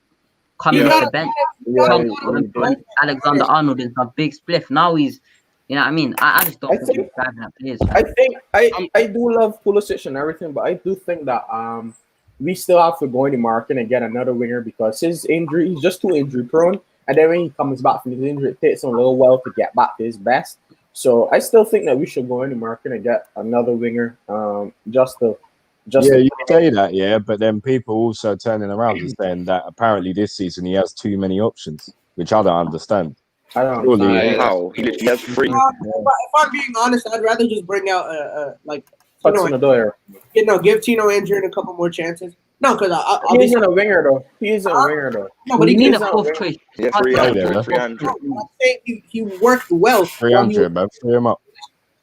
I watched him Yeah, a what? little bit in his under 23s games. He's a number 10, bro. He's not a winger. Like, if we are gonna let Lampard go in the summer, right, then we're gonna have to bring in someone new, right? And that person is not gonna be. Obviously, it's a good squad, but new managers always want their own players, their own like specific players, right? So we do need to save money. That's 200 million. So it's not like we can go into the winter thing and be like, yeah, we need a defender, we need a midfielder, we need an attacker, we need a blah blah. It doesn't work like that. So we need to save our. If we are But gonna the get thing rid of is, Lampard, save our money for the summer. The whole youth, Yeah. the whole this youth winger is gonna be hard because like to get a fourth choice winger, it's gonna be hard because think about it. You're telling them you might not be on the bench when Ziyech, Pulisic, and Hudson-Odoi is gonna be fit. There's a chance you'll be on the bench, and then when one of the wingers be injured, it's gonna be Hudson-Odoi who comes on, not you. And then the only way you're gonna play is if 2 wingers get injured. But to be fair, most of our wingers are always injured anyways. But if they are, it's gonna be hard to convince someone to come. If it's one player that I would probably take like for that fourth choice winger, it's probably like much. It would be like Ismaila Sarr from Watford. I think he'll be a decent fourth choice winger. It did. Myla Sarr. I wouldn't mind it. Yeah, man. Yeah, When I he think I took mentioned off- him in the chat again after the Leicester game. There's no way. Hold on. Didn't Liverpool try to get him? I'm not sure. Wasn't he? No, I'm no. not I too swear to God, his sure. price tag was like 40 mil. Not sure. You're gonna get we can't. Yeah, I think Liverpool wanted him straight after they lost 3-0 to Watford. Straight after they lost 3-0 to Watford, I heard Liverpool wanted. Because he could have bagged the hat trick that game. Yeah, he's a good player, but he's in the championship now. He's not even having a good season. But I will still take him because I know he has that quality in him, and he was supposed to get him. Would he take fourth choice? Would I take who? Will he take fourth choice? That's the thing. If you're Yeah, going to come to Chelsea with 40 mil on a winger, would you want to be fourth choice? You're coming from Watford in championship to Chelsea, a team that's probably 20 times the size of Watford. And you're not going to play a single minute. He's gonna I play, know, but bro. I'm saying, do you think he'll take fourth choice? Because there's times he might not even get the bench. Like, look at the. He's not gonna play. He's not gonna play. It's literally situational. Bro, we have 2 strikers on our bench. You could drop one of those to the bench and put him there.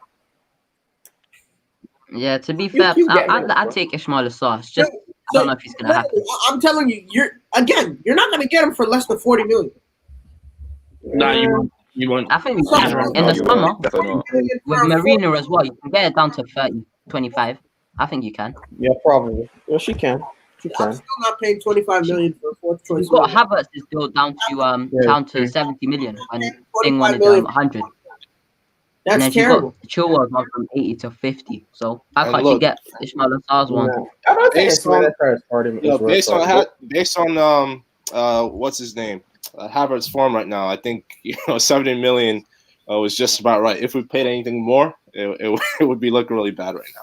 Yeah, but Nah, you don't know because Havertz is a long term thing, so you can't really Please, can someone Yeah, true.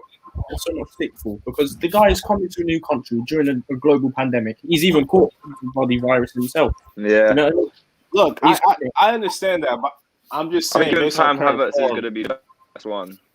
Yeah, but based on current form. this season, he's done all right. He's done it all right. Who's the next one? Oh, Pulisic. Yeah, we're giving him a 5, right? You said 5? 5. Yeah, I Five, get Five, yeah. 5. 5 sensible though. Yeah, 5. He was Alright, poor. cool. He was Alex, very we're gonna go to you now. Tammy Abraham, what were your thoughts? It's got to be man of the match. Hat trick, Yeah. Just bang you on. know, clinical today. But I hear people telling me, "Oh, it's only Luton. This is level." At the end of the day, when you get a start, you can only perform who's in front of you, and he's given Frank a case to start him against Wolves. I'm not saying that he should definitely start, but he's definitely giving him a case. So for me, it's anything between an 8 and a 9 for me. 8.5. Yeah, guys, what's everyone saying? I'm gonna say 8.5. He's a I say 9. The thing is, It has to be a 9. if he plays bad, everyone goes, "Oh, he's played awful. He doesn't deserve to play for us." So it's like when these fans saying, "Oh, it's against Luton. It's against Luton." What do you expect? Do you expect these players to play awful, and then you go, "Oh, you can even score against Luton"?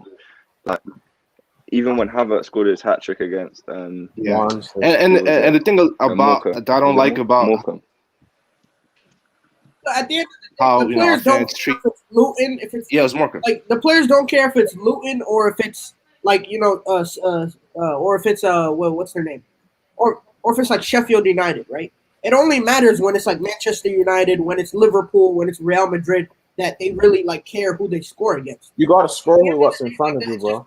Like if teams are teams, Yeah. like unless they're the top of the top, the team, like the players don't care. Their confidence is still gonna be boosted because they scored a hat trick. Like like it's not like they're just there.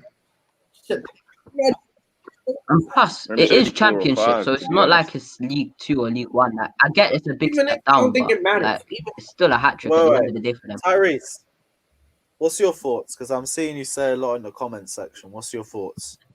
Of the game in general. Nah, Tammy Abraham. We'll get your thoughts on the game in a little bit. Oh, Tammy Abraham. I think he was good today. He was brilliant. He was good today. He got a hat trick. And I'm a really big, massive Tammy Abraham.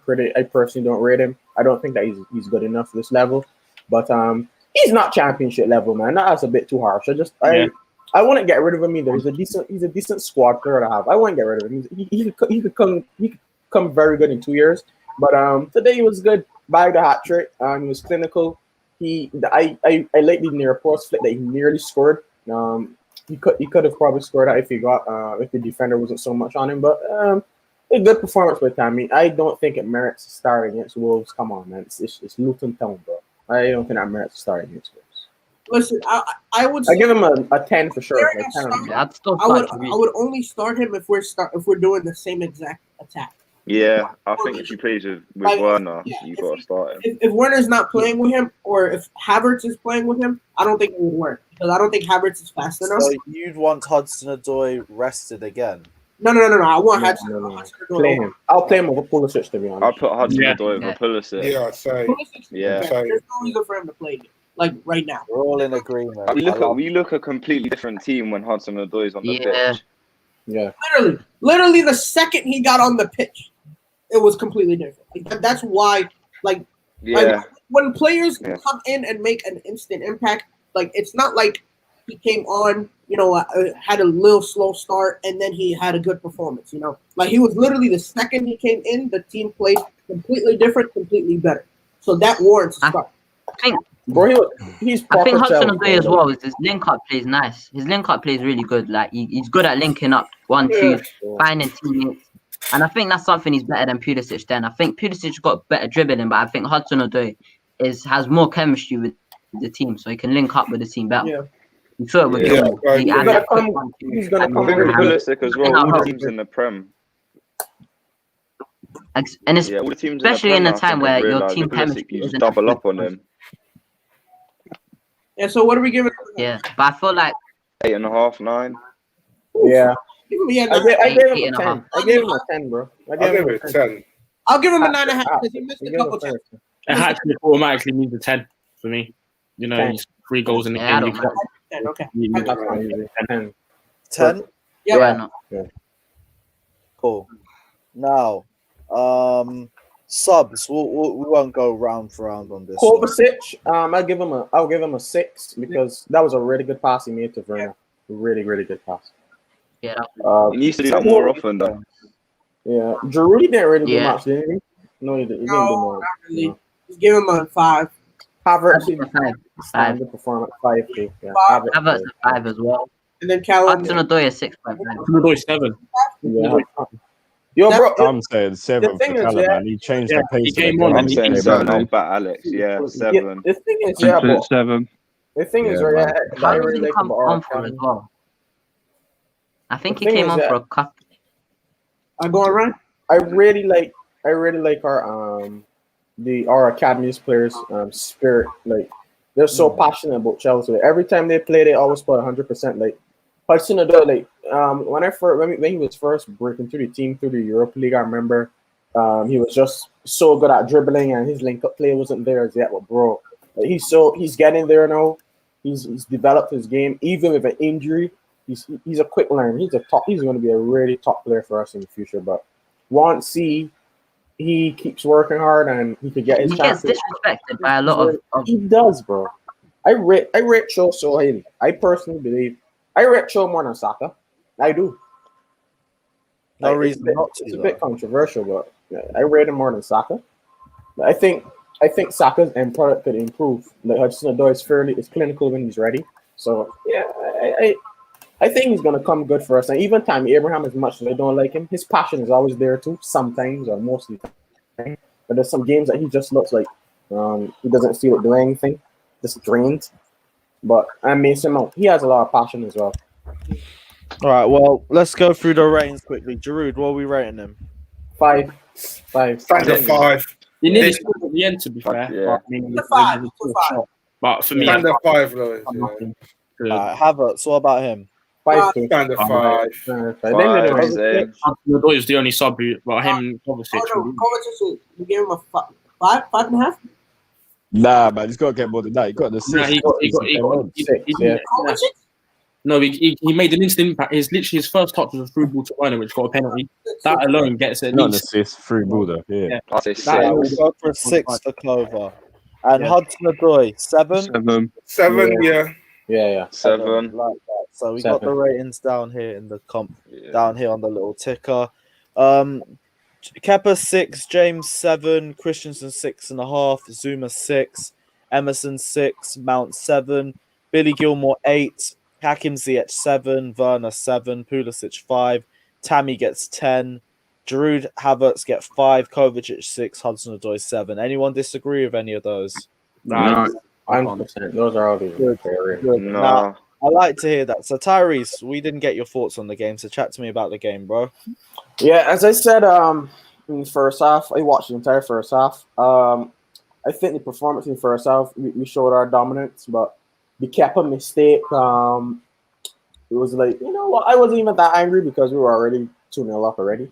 A player that really frustrated me in that first half was Pulisic. I think he was really poor, bro. Like really poor in that first half. Tammy Abraham and Werner's link up was great. I like the runs Werner made today and stuff like that. But the thing is, another thing I think the team has to improve on. Like Werner always makes really good runs every game, and no one seems to pick them up. And like, today it shows that Kovacic can actually do that, and that's why I believe that Kovacic should always be in that midfield because he could pick a pass like that. I've seen him do it before.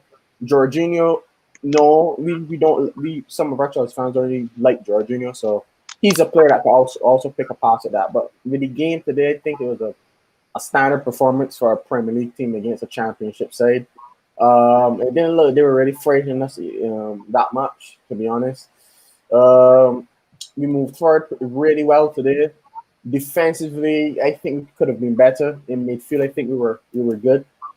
So but it was a good performance. But yeah, still Lampard out. I mean, I don't blame you for not changing your result based off of winning the FA Cup, so it's nothing too deep. One question I did want to ask you guys: what do you think about the prospect of Billy Gilmour still going on loan? Because Lampard was speaking about that in post-match press conference. I don't want that. At the moment, It would be a travesty if he sent up Billy Gilmour on loan. It would be a travesty. I feel like that itself should warrant his firing. But Lampard's talking about Gilmour going out on loan, right? Ready? Is he that? Lampard's using that openly. If he's talking about Gilmour going out on loan, who's to say Lampard's going to be our manager in 2 weeks' time? You know what I mean? Exactly. So the decision actually, I mean, if he's like near the sack, he does. Bro, that Gilmour kid is special, bro. He's special. We gotta admit that he is special, bro. We gotta hold on to him. Like, I think he can develop at Chelsea as a definitely.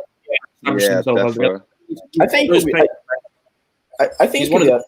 he could be one of the greatest midfielders in the Prem. I think so. But bro, like if Roy Keane, absolute Premier League legend, could look at him in his first game, professional game, and he could say, you know what, this kid, who is this kid in midfield? He looked like Iniesta. He was so composed. It was like, bro, That guy is so good on the ball, so good. And I think maybe how old is he? He's 19.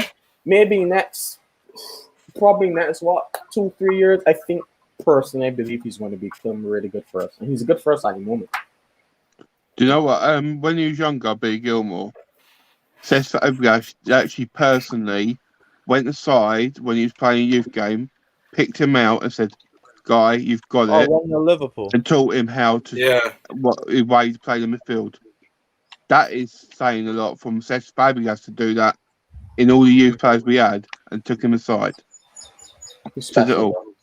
Nah, he'll be a top player. I've no doubt in my mind. He's one of those players where he's too good to go out unknown. You know, there's always one or two players, and Tomori, in my opinion. But we've got the board and the hierarchy. I'm gonna have to rotate the panel. Hugo, thanks for jumping on, mate. Massively appreciated.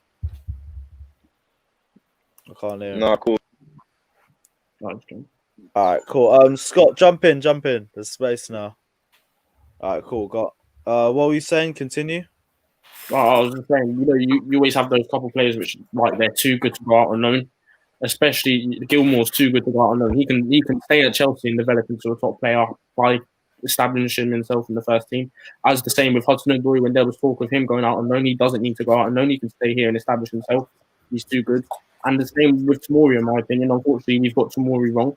But you know, I gotta go watch that game actually. Get everything right, I guess. But yeah, it's what it is really. I feel like going off what Alex said, it's always like that. Like with the KDB when we loaned him out to when we sold him, Volkswagen, right? Or Volkswagen. Yeah, I call it Volkswagen because that's what they have, you know. That's but it always has the same feeling towards it, right? It's always like all the major pundits are like, "What the hell are you guys doing? There's no reason for this. Just keep him one more year, or do this." And then it's just the club itself is just like, nah, it's okay, right? And it just feels the exact same way. And I don't know, but with this Tomori thing, I have a feeling that he actually is gone. Like I feel like he fully is gone. Like there's no way they're not going to buy him back once they actually see what he can do. Because for 30 million, like that's impossible. Like it literally, what is he, like 21, 22? Bro. Like, you don't angry at that. 21-ish. I was so I don't angry. understand, bro. You don't say no to that deal. A defender that fast, you don't say no. Like it's literally we gifted it to them. We gifted it to them for a bag of chips. Bro, he's going to be smashing it alongside Magnolia in that league, bro. Like I don't even know what Chelsea was thinking. Like they also have Hernandez on the left side, right? Tomori likes playing on the left. They have Hernandez on the left. If they have that speedy motherfucker, like guarding him and protecting his left side, he's free to do whatever he wants. He's free to like do. It's sad.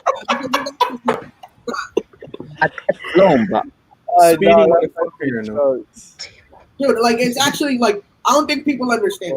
Like remember, like Thiago Silva built his name in AC Milan, right? Yeah. Alongside legends. Like that's how it works. You have other people that are good so that you can develop.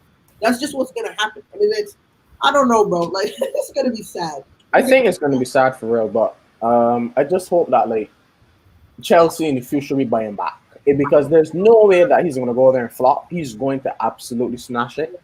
And I know AC Milan is going to buy him for the 30 million. I know.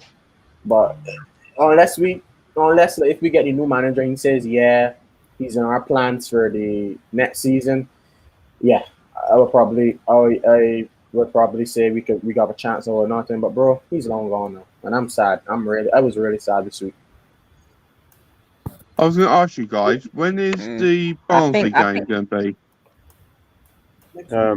Weeks, I think. On the weekend, I think the midweek of 9 and 10. February.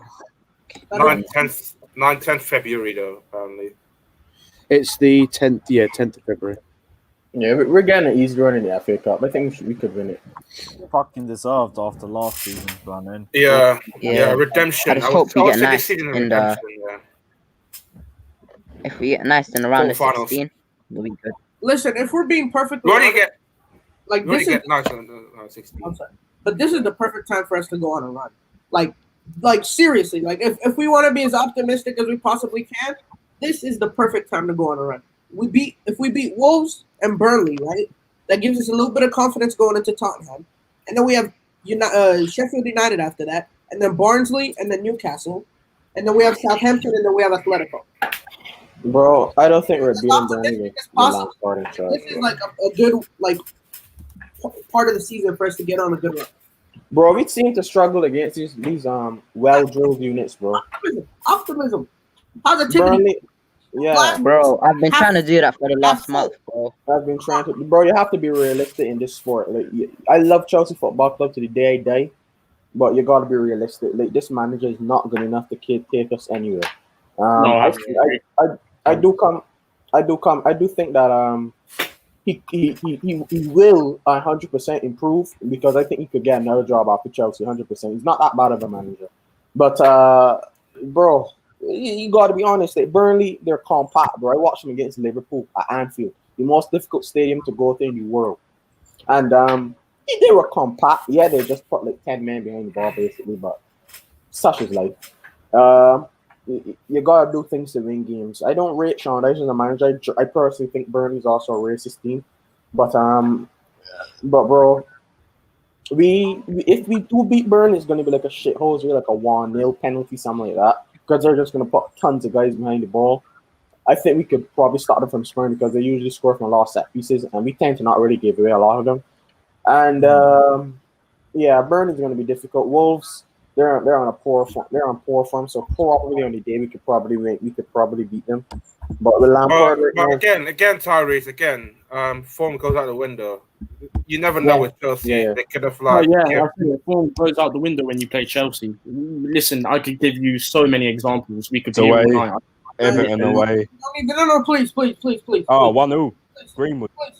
Oh, fuck. We don't need it. We don't need it. But listen, if I was to say a list of teams where form goes out the window against Chelsea, remember West Ham away last season? They were relegation candidates. Come to Chelsea with David Martin and go get a win. We literally saved the job right there. You know what I mean? We literally saved their matter. We saved what was it? Pellegrini's job for like a tiny bit longer. Was it? Oh my! Like, because of us. Oh my! Shoot! And 1-1. Right, we got another question here for the panel. It's my boy Jamie asking: Good Johnson or Robben? What's you guys' thoughts? Robben. Johnson, just because I think Robben. more of him. We'll go around the panel and ask. Alex, we'll start with you. That's a tough one, man. I'll push Robin, but that's a very tight call. The only reason I'll say that is because there's a period when Robin and Duff used to be in the wings together and used to interchange, and they were deadly. Fantastic. And yeah, I thought Good Johnson was very good, but I'll just push for Robin personally. All right, Wayne, what about you? What's your thoughts? So I echo what Alex said about the players, but for me, it's Good Johnson, because his link-up play with Hasselbank in them years was just probably one of the best strike force at that time. And I will never forget goals he used to score and pop up against Leeds, the overhead kick when Lampard crossed that ball. It's just, for me, I've got to take Good Johnson. All right, Scott, what about you? For me, Good Johnson, just because I remember more of him than Robin. I don't remember too much of Robin back when he was used to play with us and how good he was. I just remember more of Good Johnson, to be honest, but that's basically it. Yeah, point of preference. That's cool. Dag, what about you? What's your thoughts? I'm not going to cap. I didn't watch it back then. I don't know. Go on, skip. Honestly, it's the best policy. Adam, chat to us. What's your thoughts? Well, Robin and Damien Duff were absolutely deadly. I mean, we even had a chance for them. That's how deadly they were. You know what I mean? They were phenomenal for us. But Robin, Robin is quality.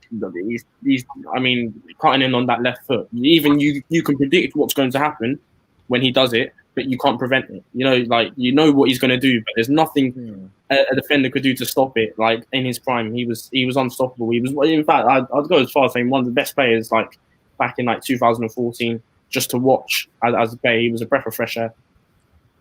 All right, so you're going for Robin? Yeah, Robin any day, all day, every day. All right, Fata, chat to me. Well, this is back in the day, 04 or 05. I remember Arjen Robben, though. If you can compare with Artie Johnson, I would probably say it's very tight call. I have to agree with Alex said.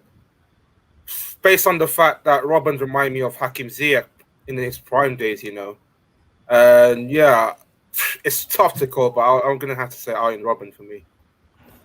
Tyrese, what's your thoughts? It's gonna have to be Arjen Robben because obviously I was a bit too young to remember when he was at Chelsea, but the videos I watched of him, he was brilliant for Mourinho. But he went on to become a Bayern Munich legend. He went on to Real Madrid. He did a lot of stuff. He is generally one of the best players of all time. We have to admit that. And he just went down and he did really well away at Bayern and at Real Madrid. Gudjonsson, I know for a fact because my dad has a Gudjonsson shirt, and I know that he was an absolute legend, bro, 100%. He was Icelandic, I think, or was he from Denmark or something like that? Icelandic. He was a really good player, and I know that Mourinho really rated him fairly highly. But didn't he play for Barcelona as well? Yep. No. Yeah, we sold him. Gudjonsson, Barcelona. Yeah. He was playing with Beto in that lot. I don't think that he really did much at Barcelona. So if you're being honest, but he was older. So in terms of being a Chelsea legend, Gudjonsson. But in terms of being the better player, or Arjen Robben for me because I saw him more. I have a question for you guys. So I was on Hulu the other day and I watched Netflix. I watched the Anelka documentary, and I personally I'm gonna be perfectly honest, right? Like I only started watching soccer literally. God, not again. Football. I apologize. I'm sorry. What did you say? There he goes. Man, we ain't having none of that. Football around days. So I don't know much before that, and late Lampard. I started watching hardcore right after the Champions League win, right? Okay. So I never really watched Anelka like that. But after watching the documentary, dude, apparently he was one of the craziest strikers. I feel like what we need now is a player like him, drop back into midfield and then pass it along to the wings to take it. Proper centre forward. Yeah, exactly. I did not know like that. And so there was an interview with Theory on Henry. I think Henry said that he thinks he's better than him. I don't think so, but I think you Henry look back when he was playing at Arsenal, when he was a youth player, they used to rave about him as a youth player at Arsenal. Yeah, I think Henry said that Anelka is better than him. He actually admitted it. I don't think so. He wasn't better than enough for Thierry Henry, but to have one of the greatest Premier League strikers, if not the greatest, to say so, that's a great accomplishment, man. Anelka was a beast, bro. I think we didn't pay that much for him, did we? Against the Wolves, I personally. I got him on 15 mil. Bolton. I was really young when that Ancelotti win. That's crazy. I was really young when that Ancelotti win, so I didn't really get to see much of him. But based on the videos I've watched him, he was brilliant. Even he had a good link up with guys with Kalu and other guys like Malouda and all those other guys that played for us. He was a great player. I never really appreciated Malouda until I rewatched his games. God, dude, his left foot was so good. It was so good. I remember playing with him on FIFA 12, I think. To be fair, there's been a few players in football like that with me. That was the case with me with Mikel. I never used to rate Mikel that much. Hey, happy birthday, Vitmus, man. Happy birthday, bro. You should have said on our review. I would have got everyone on the comment section to say it as well. But everyone, wish Vitmus happy birthday. Happy birthday, bro. Type it out.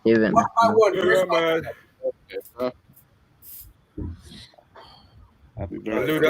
There's a question. There's a question though from your mate.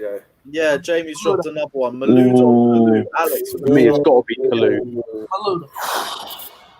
Mate,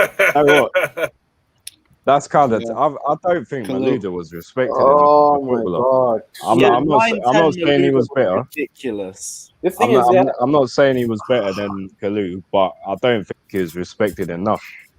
So, the thing is, I would say in the same category. I would say he's underappreciated by some of the fans. More underappreciated than Mikel. Yeah, big up Vitmus. Happy birthday, bro. Yeah, happy birthday, bro. Bless up. Is he more Underappreciate the Kaluda and Maluda. Maluda's for me. I think the one time that I loved Maluda was back in the Ancelotti season. I think he's the best though. It's too tightly cool. It's just That's tight, man. That is very too tight. tight. I like what Tyree said. Like they're like exactly on the same exact level for me. Like literally. Yeah. I think it comes down to personal preference. Yeah. Like, Yeah. it just comes down to who you like more. I mean, like Kalu gave me a lot of memories as a kid. Yeah, I think Kalu for me was just Kalu. like Maluda to me, we kind of got we got older Maluda, didn't we? He was like 20 something, like 28 when we got him, or was he that old? Can't really remember, but Where did we get him from? Leon. Yeah. All right. Maluda came in around 07-08 where we reached the first Champions League final. That's difficult, man. That's a cool for me. I couldn't say. Yeah, we're talking about underappreciated players. Shout out Gary Cahill. Oh, I think we That guy's appreciated an Cahill. absolute legend, man. We That guy appreciated. was a legend. We appreciated Cahill. Yeah, we He gave us a appreciate little it. bit more That's towards the legend. end too. That's what I loved about it. He gave us just a little bit more towards that ending. And what I love about Cahill, the guy could finish, man. He has some crazy finishes Yeah. in the box. Him and Headers, JT, volleys. they're both defenders that Yeah. are really good finishing. Yeah, the guy could finish, man. That Cahill and John Terry partnership, like, that was really good, bro. One of the best of all time. Yeah, he's one of the nothing best. tops Carvalho and Terry though. Yeah, can't be that. All right. Nothing tops. We've got another question. Chelsea win the Champions League or England win the World Cup? Chelsea win the UCL. I'm an England fan, but we ain't winning the World Cup until It's England winning the World Cup. Just We are Can't not winning stand the World international Cup. football, mate. Can't We stand it. are not winning the World Cup. Chelsea, I want Chelsea to go twice. I don't care. I want to see that. Yeah, I want to win the UCL again. I It don't could be care, this yeah, season. UCL. It could be this season. We don't know that. The other ones you got Demba Ba or Giroud. It's gonna be tough. That's tough. Giroud. Giroud, Giroud. I don't know, man. Demba Ba already won Europa League as well, to be fair. Yeah, but Giroud, Okay, the true. thing that he did with Hazard is different. Was No, Demba Ba didn't win the Europa League. But here's the thing: with Hazard, that He came the that's the season. thing. Yeah, he came the season we won it, but he was already playing in the Europa League. And look, and obviously, I don't think Giroud could ever be in a moment that Demba Ba had with Liverpool. That's like legendary. That slip, that goal that Demba Ba had with Liverpool against Liverpool. Like, they both. But Giroud was at the heart of that Europa League final thrashing, man. I enjoyed every bit of but that. it's Europa League though. Europa League is that's not our level. We're supposed to. I be know, in but Europa League, thrashing Arsenal better than anything else. It's just beating Arsenal the way that we did that we enjoyed. Like, Our 5-1. push was Giroud, I gotta yeah. ask- Nobody would care. I just mentioned it here. I have a question. I have a question. Go for on, you go on. guys. Drop a question. Like I do remember him at Chelsea, and he had a good left foot, but we got rid of him and sold him to Liverpool. You guys remember Daniel Sturridge, yeah? What do you guys like think of his overall time at Chelsea? He didn't really. He should have been Yeah, playing more, to be honest. We kept trying to. I push wanted us him to keep Torres him. ahead. I wanted us to keep him. I wanted us to keep him. Yeah, He had the higher But ceiling than it didn't Torres work did at out. that time. That's the thing. Yeah, he did. He did. Yeah, we kept trying to push Fernando Sturridge. Torres into the side, and that's He why was- he left. He was such an underrated striker. Torres. He was an underrated Yeah. striker. Bit selfish on He the had ball. skill. Though, I can't lie. He could release. Yeah, the yeah, ball. And he was Yeah. quick. And In that Yeah. 11-12 season, in the first half of that season, he was firing goals. He was firing them. Yeah. And then he just had that goal drought. Like, yeah, the injuries did that to him. Though. Yeah, but same way, so did Torres. He didn't score his first league goal that season until March, if I remember correctly. Yeah, No, I remember that goal season against when- United in the 3-1 loss. Oh, yeah. And that was it until March. And who was the manager? Who was the manager for Liverpool when Sturridge was playing for them? Was it Brendan Rodgers? Brendan Rodgers, because it was That was I my mean, favorite. honestly, I think we should get Rodgers if he's available, man. Because the way he transformed Sturridge, and we're not getting him, bro. man. I would really love him. Like I feel like he he would get the best out of all of our attacking players, man. Honestly, 100%, and he's good with Because yeah. I'll take him. Because you saw what he did with Sturridge. Yeah. Yeah. But you know what, Tyrese? After thinking about it, Tuchel doesn't seem like that bad of an option. To get it kick-started, Tuchel. I feel like Yeah, but he just gets into too many arguments. We don't need that, man. Yeah, but the thing is, if you guys look back on it, right, when he was at Dortmund, his first job, Mainz, he left there because of financial problems, which is fair enough.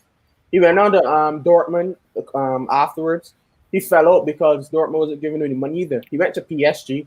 PSG was giving him the money, but he wasn't getting the players he wanted. Like this summer, he asked for a center half, and they gave him that guy from Porto, Pereira, whatever his name is, Danilo, him. And that's the only reason he falls over the boards. And he fell out with Neymar or Mbappe. Those are two divas, bro. What divas we have at Chelsea? This is a perfect project for him. He could get the best out of Timo Werner, Havertz, I think. Yeah. Like for me right now, I would either get if we were looking for a manager, I would actually really go and get an interim. I'd probably get Ragnick, bro. That guy is so underrated as a manager. He's the guy that actually Ralph Ragnick. He's the guy that actually created the pressing game that Liverpool plays, that all the German managers utilize. Nagelsmann. He's like the godfather of all of them, bro. And he started that in the late 1980s or something like that. I'll take him as an interim for right now. I think if he came in, he could honestly make us challenge for the Champions League or something like that. I didn't catch it. Say that one more time. Ralph what? Ralph Ragnick. He's German and he's a very, very intelligent man in football. Like that's a good shout. He's a really good sporting director. He's a good manager as well. He's just very experienced. He's a good person to have, and he's the perfect person for us to steady the shit. And then in the summer, if the board doesn't want to go, I will get Nagelsmann. Yeah. But to me, I think if Nagelsmann wins the Pokal or wins the Bundesliga, 100% I'll get him. But he needs to win a trophy this season for me to be like, yeah, 100%. I'll still take him regardless if he doesn't win a trophy or not. But it'll be better. It'll be better to be like, yeah, this guy knows what he's doing. All right, next question: SCM Ballack or Makaleli? I can't pick Makaleli. SCM. I can't choose all of that, man. That's a bit too harsh, man. SCM might be my favorite. It's no disrespect to the other two, but just which one would you want out of the three if you had to pick one? You know, SCN for me as a kid, yeah, like he scored not too many goals. He scored really good goals though, that I could remember. SCN, I didn't really see that much of Makaleli, to be honest. I was too young, but I think that a lot of the Chelsea fans would say that when he was the lone DM with Jose Mourinho, he was absolutely brilliant. So I will go SCN as my personal preference because I think he was just a brilliant player for us. For me, I'd go Makaleli. Yeah, that's what I'd say. I'll go SCN. SCM for me was brilliant, but the only issue with him was injuries. I think if he didn't have as many injuries as he did, then we'd see even more from him. But I've got one then. He's still a legend goal against Arsenal or Makaleli's goal against Tottenham. I don't remember. Arsenal. We didn't win SCM game. SCM goal. SCM goes to Arsenal. Spurs game, so it doesn't. It's still a bit of a bad taste in the mouth. Gotta be SCM goal. the swaz on that, mate. But Makaleli of all players scoring that sort of goal was ridiculous because he was never known for his finishing. I was right behind that goal when they scored it. That must have been crazy limbs. I can't imagine what it must have been like going Tottenham away back in those times. Lovely. I love to hear that. All right, what other ones have we got? This is an intro. Hilario or Turnbull? Hilario. I'm looking at that game against Reading when Pulisic and Christian got hit in the head. Both of them had come off, and Hilario came on, and they just won the show and helped us throughout. Just with him. Did he get a clean sheet against Barca in his debut? Yeah. Hold on, you know what? I completely forgot. Ivanovic was a good ass right back, man. He was so man. Oh yeah, he was a brilliant right back, one of our best. He has the exact same frame as Reece, right? He was built and he was just pulling people off the ball. It was so funny. I loved watching him play. It was so good. Ivanovic. Remember that game? It's Liverpool. His debut.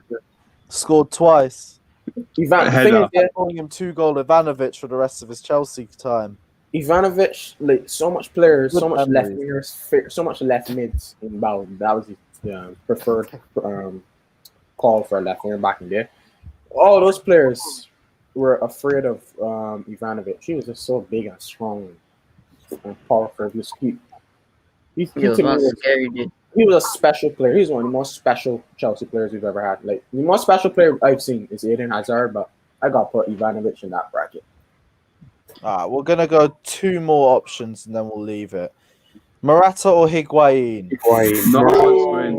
Morata. I'll give it a Morata. I will say my one first.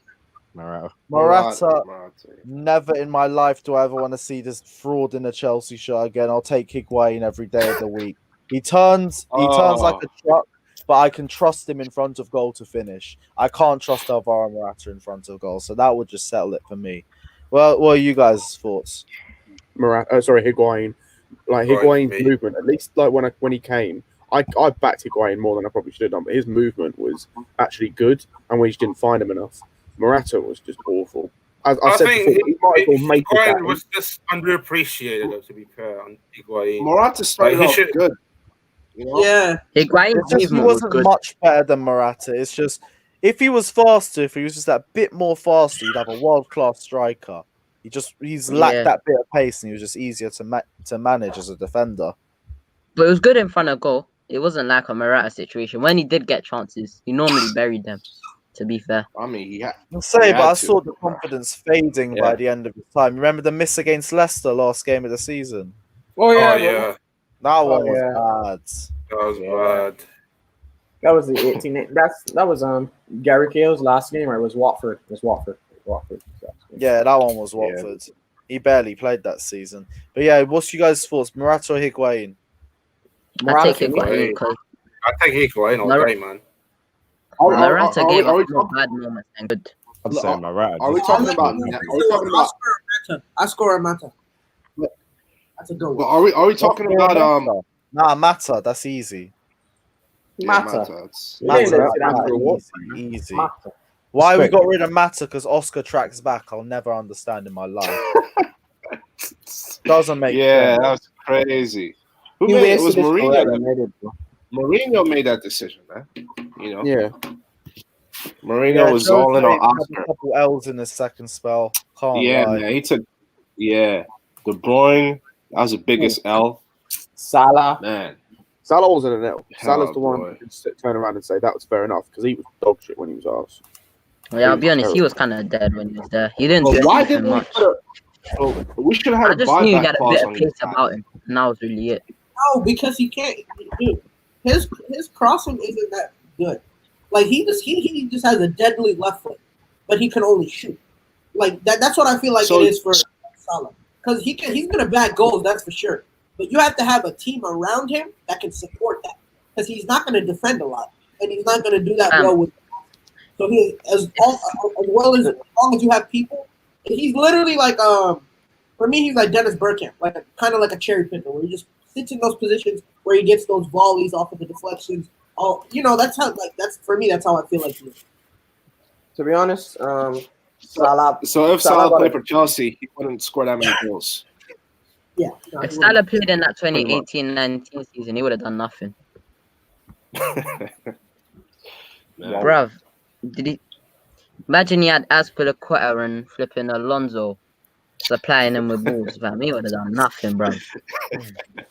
And I can't believe some people said Salah was better than Hazard, fam. I still can't get my head around how they said that to this day. No way. And you know the funny thing is, it was only the people who never watched Hazard week in week out.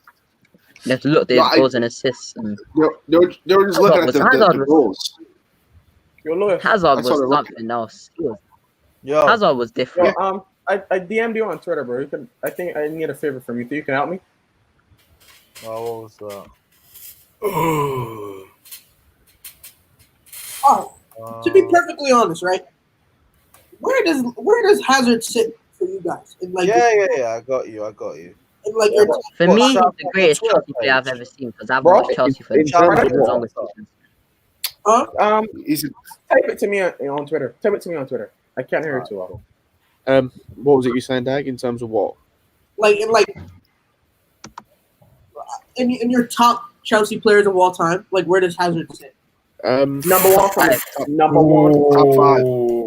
Number Top one. five. Top 5 at least. I'm gonna be real. I don't know if Oh he my cracked my top God! 5. Eden Hazard was the most special footballer I've ever seen in Chelsea. Okay, Hazard was different. He was different. he's top 10, top Oh 5. my God! I don't know if he cracked top 5 for me. He was so predictable in his prime at times, but you can't stop him. That's what I got to say about Eden Hazard. You all know he's gonna cut in and he's gonna either shoot or he's gonna find the foul or he's gonna get fouled. Yeah. Bro, he was that good. For me, it's Lampard, Terry, Hazard. That's my top 3. No, I had a Drogba. no. Really? I had a Drogba. Like I love Lifetime, Bro. or overall. Drogba's 4. Bro. Drogba's 4. Whoa. Are you Drogba won us talking the a Champions League. lifetime though, or are you talking overall?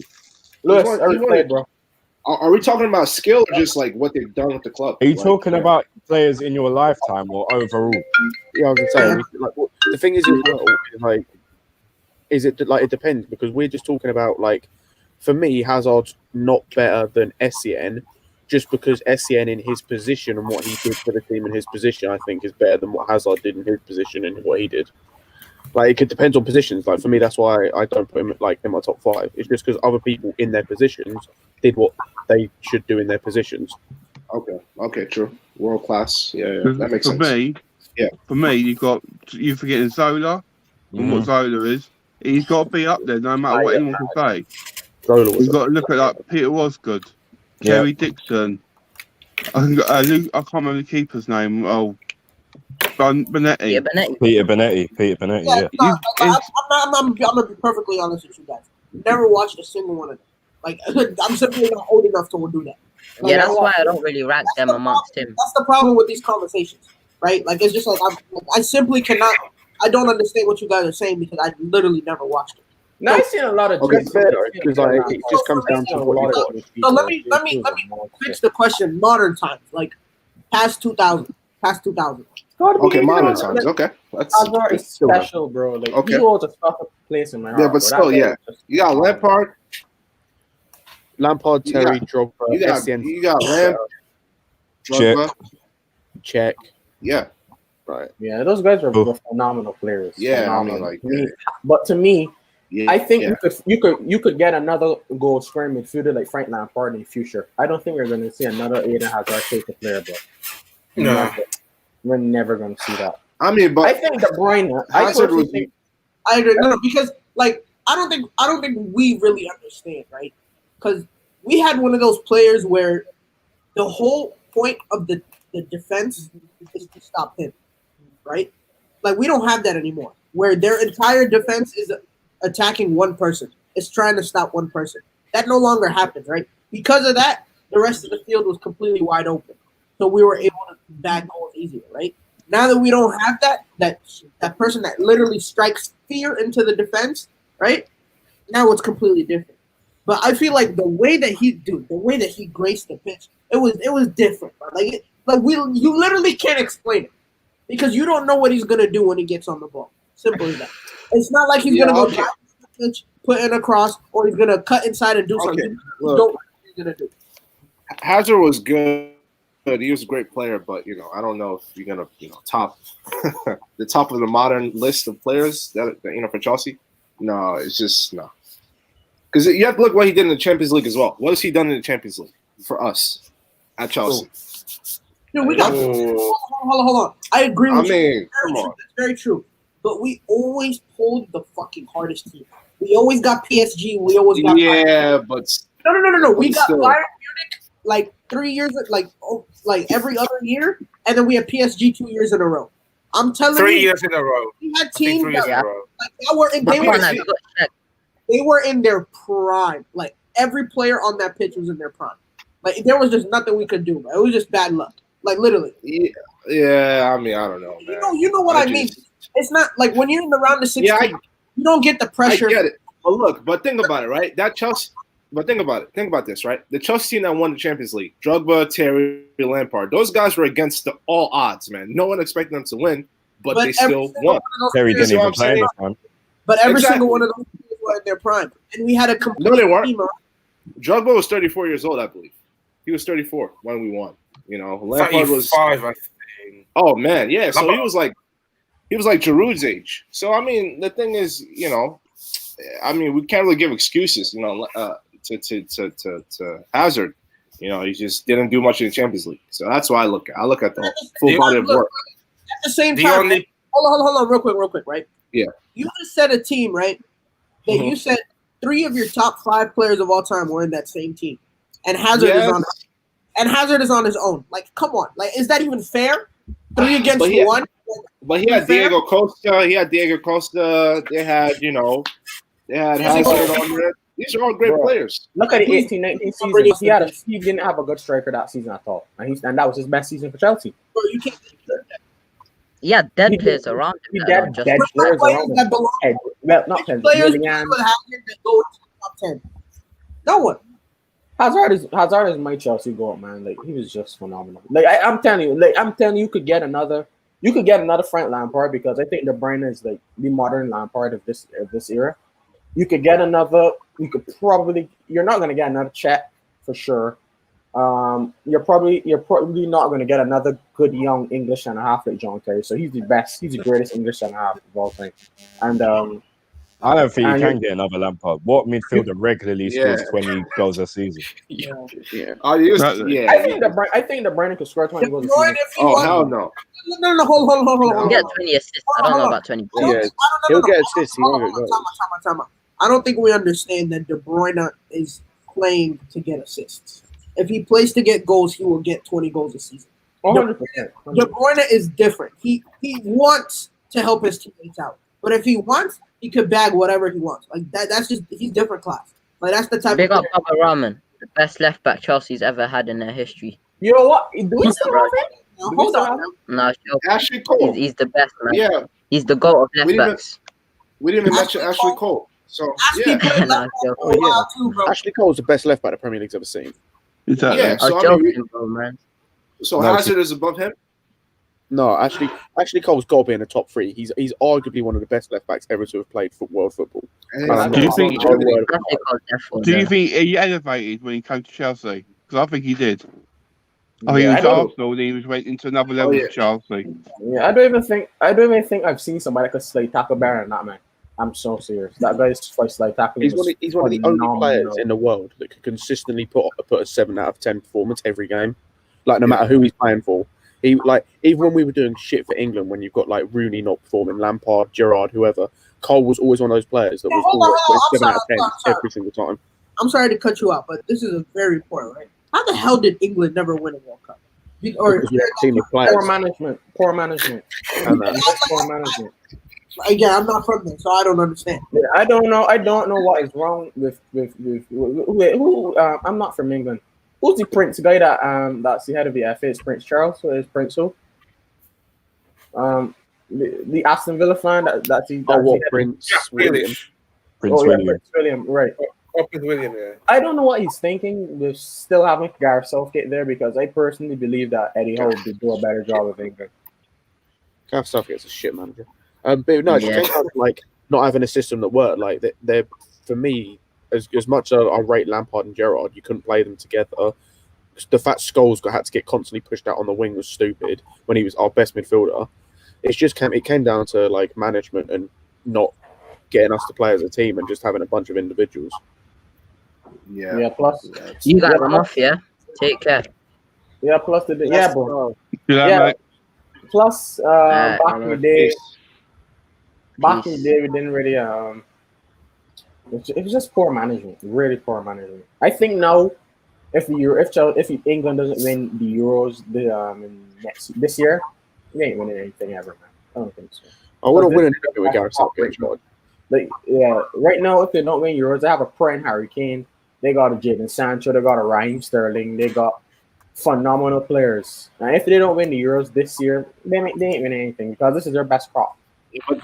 These competitions are hard though, man. They're not, these competitions are so like unpredictable, and you actually have to have leaders to like, I mean, when you like have a strong.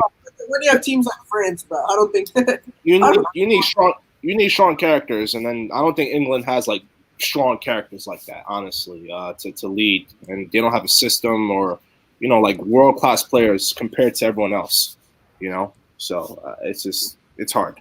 It's hard to win these competitions. So.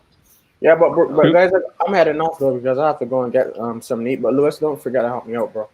But we'll do, G. I'll sort that out after the end of the stream. Yeah, thanks, guys. I'm going to be back do we on have any after questions? There's been a few coming through, but I don't know how many. That's a carrot bag. I could probably You must answer be one more. We You had must be forgetting. one up here. I just want to. Mikel or Ramirez? That guy in Barcelona, I can't. It's got to be Ramirez. You come with the I gotta say, Mikel, man, Mikel. I'd say Mikel as well. Mikel's been a good servant. After all, they're gonna Solskjaer, the best squad player in Premier League history. After all, they're gonna Solskjaer to me. Got to be John Obi Mikel. That guy didn't really play that much, but that guy was fun. You could always rely on him. He was a really good player. Yeah, every manager liked him, because we changed so many managers, but they always stuck with Mikel, like at the center of the park, because he put in a shift. Strong. He was very strong. Yeah. And it's crazy. I think a lot of people say Mourinho ruined him because when we signed him, Manchester United wanted him because he was with such a great attacking player. With He was all these pictured in a Man United shirt. Yeah. And Mourinho, we got him, and Mourinho said, "Hey, you just gotta sit in the middle and just just stay back here, control the pace of the game, all that stuff. Make tackles, don't go forward." And he did his job. He's a good player. And Ramirez, I think we have a modern day Ramirez kind of like Kante. Is not an attack. It wasn't as attacking as Ramirez. But the way out there, no. I'm not comparing them as okay or anything. The way how they move, their movement is quite similar. Their movement similar. That's how they are. Like the stature, the size, everything. We have that size with Kante, but no, Kante is not a Ramirez, bro. True story about Mikel quickly. He scored his first goal against Middlesbrough, wasn't it, in the FA Cup? Right, Maxwell. But the game is at Stamford Bridge. All right, man. Peace. I was in the East Stand Upper. The goal scored. Our knee fell from the East Stand Upper onto the football ground on the pitch. Someone actually grabbed me from falling. Wow. I'm mad because they go mad because Mikel scored a goal. Yeah, every goal. That's like you got to put on a postcard, man. Every time he scored, it was a rare goal scorer, man. But yeah, good player. Okay. Any more questions? Right, well, you know what? I think now is a good time to end it as well. Plus, I've been streaming for 6 hours. Big up to the panel yet again for jumping on. I think our next game is Tuesday against Wolves, so hopefully we're in the same positive mood. Is it Tuesday or Wednesday? Wednesday. It was Wednesday. Wednesday. All right, nice. Another day of streaming then for that game. Cool. We will sort that. Guys, we'll see you on Wednesday yet again for the live phone-in. I hope we're in another positive mood as well. But until then, guys, take care. We're through to the next round.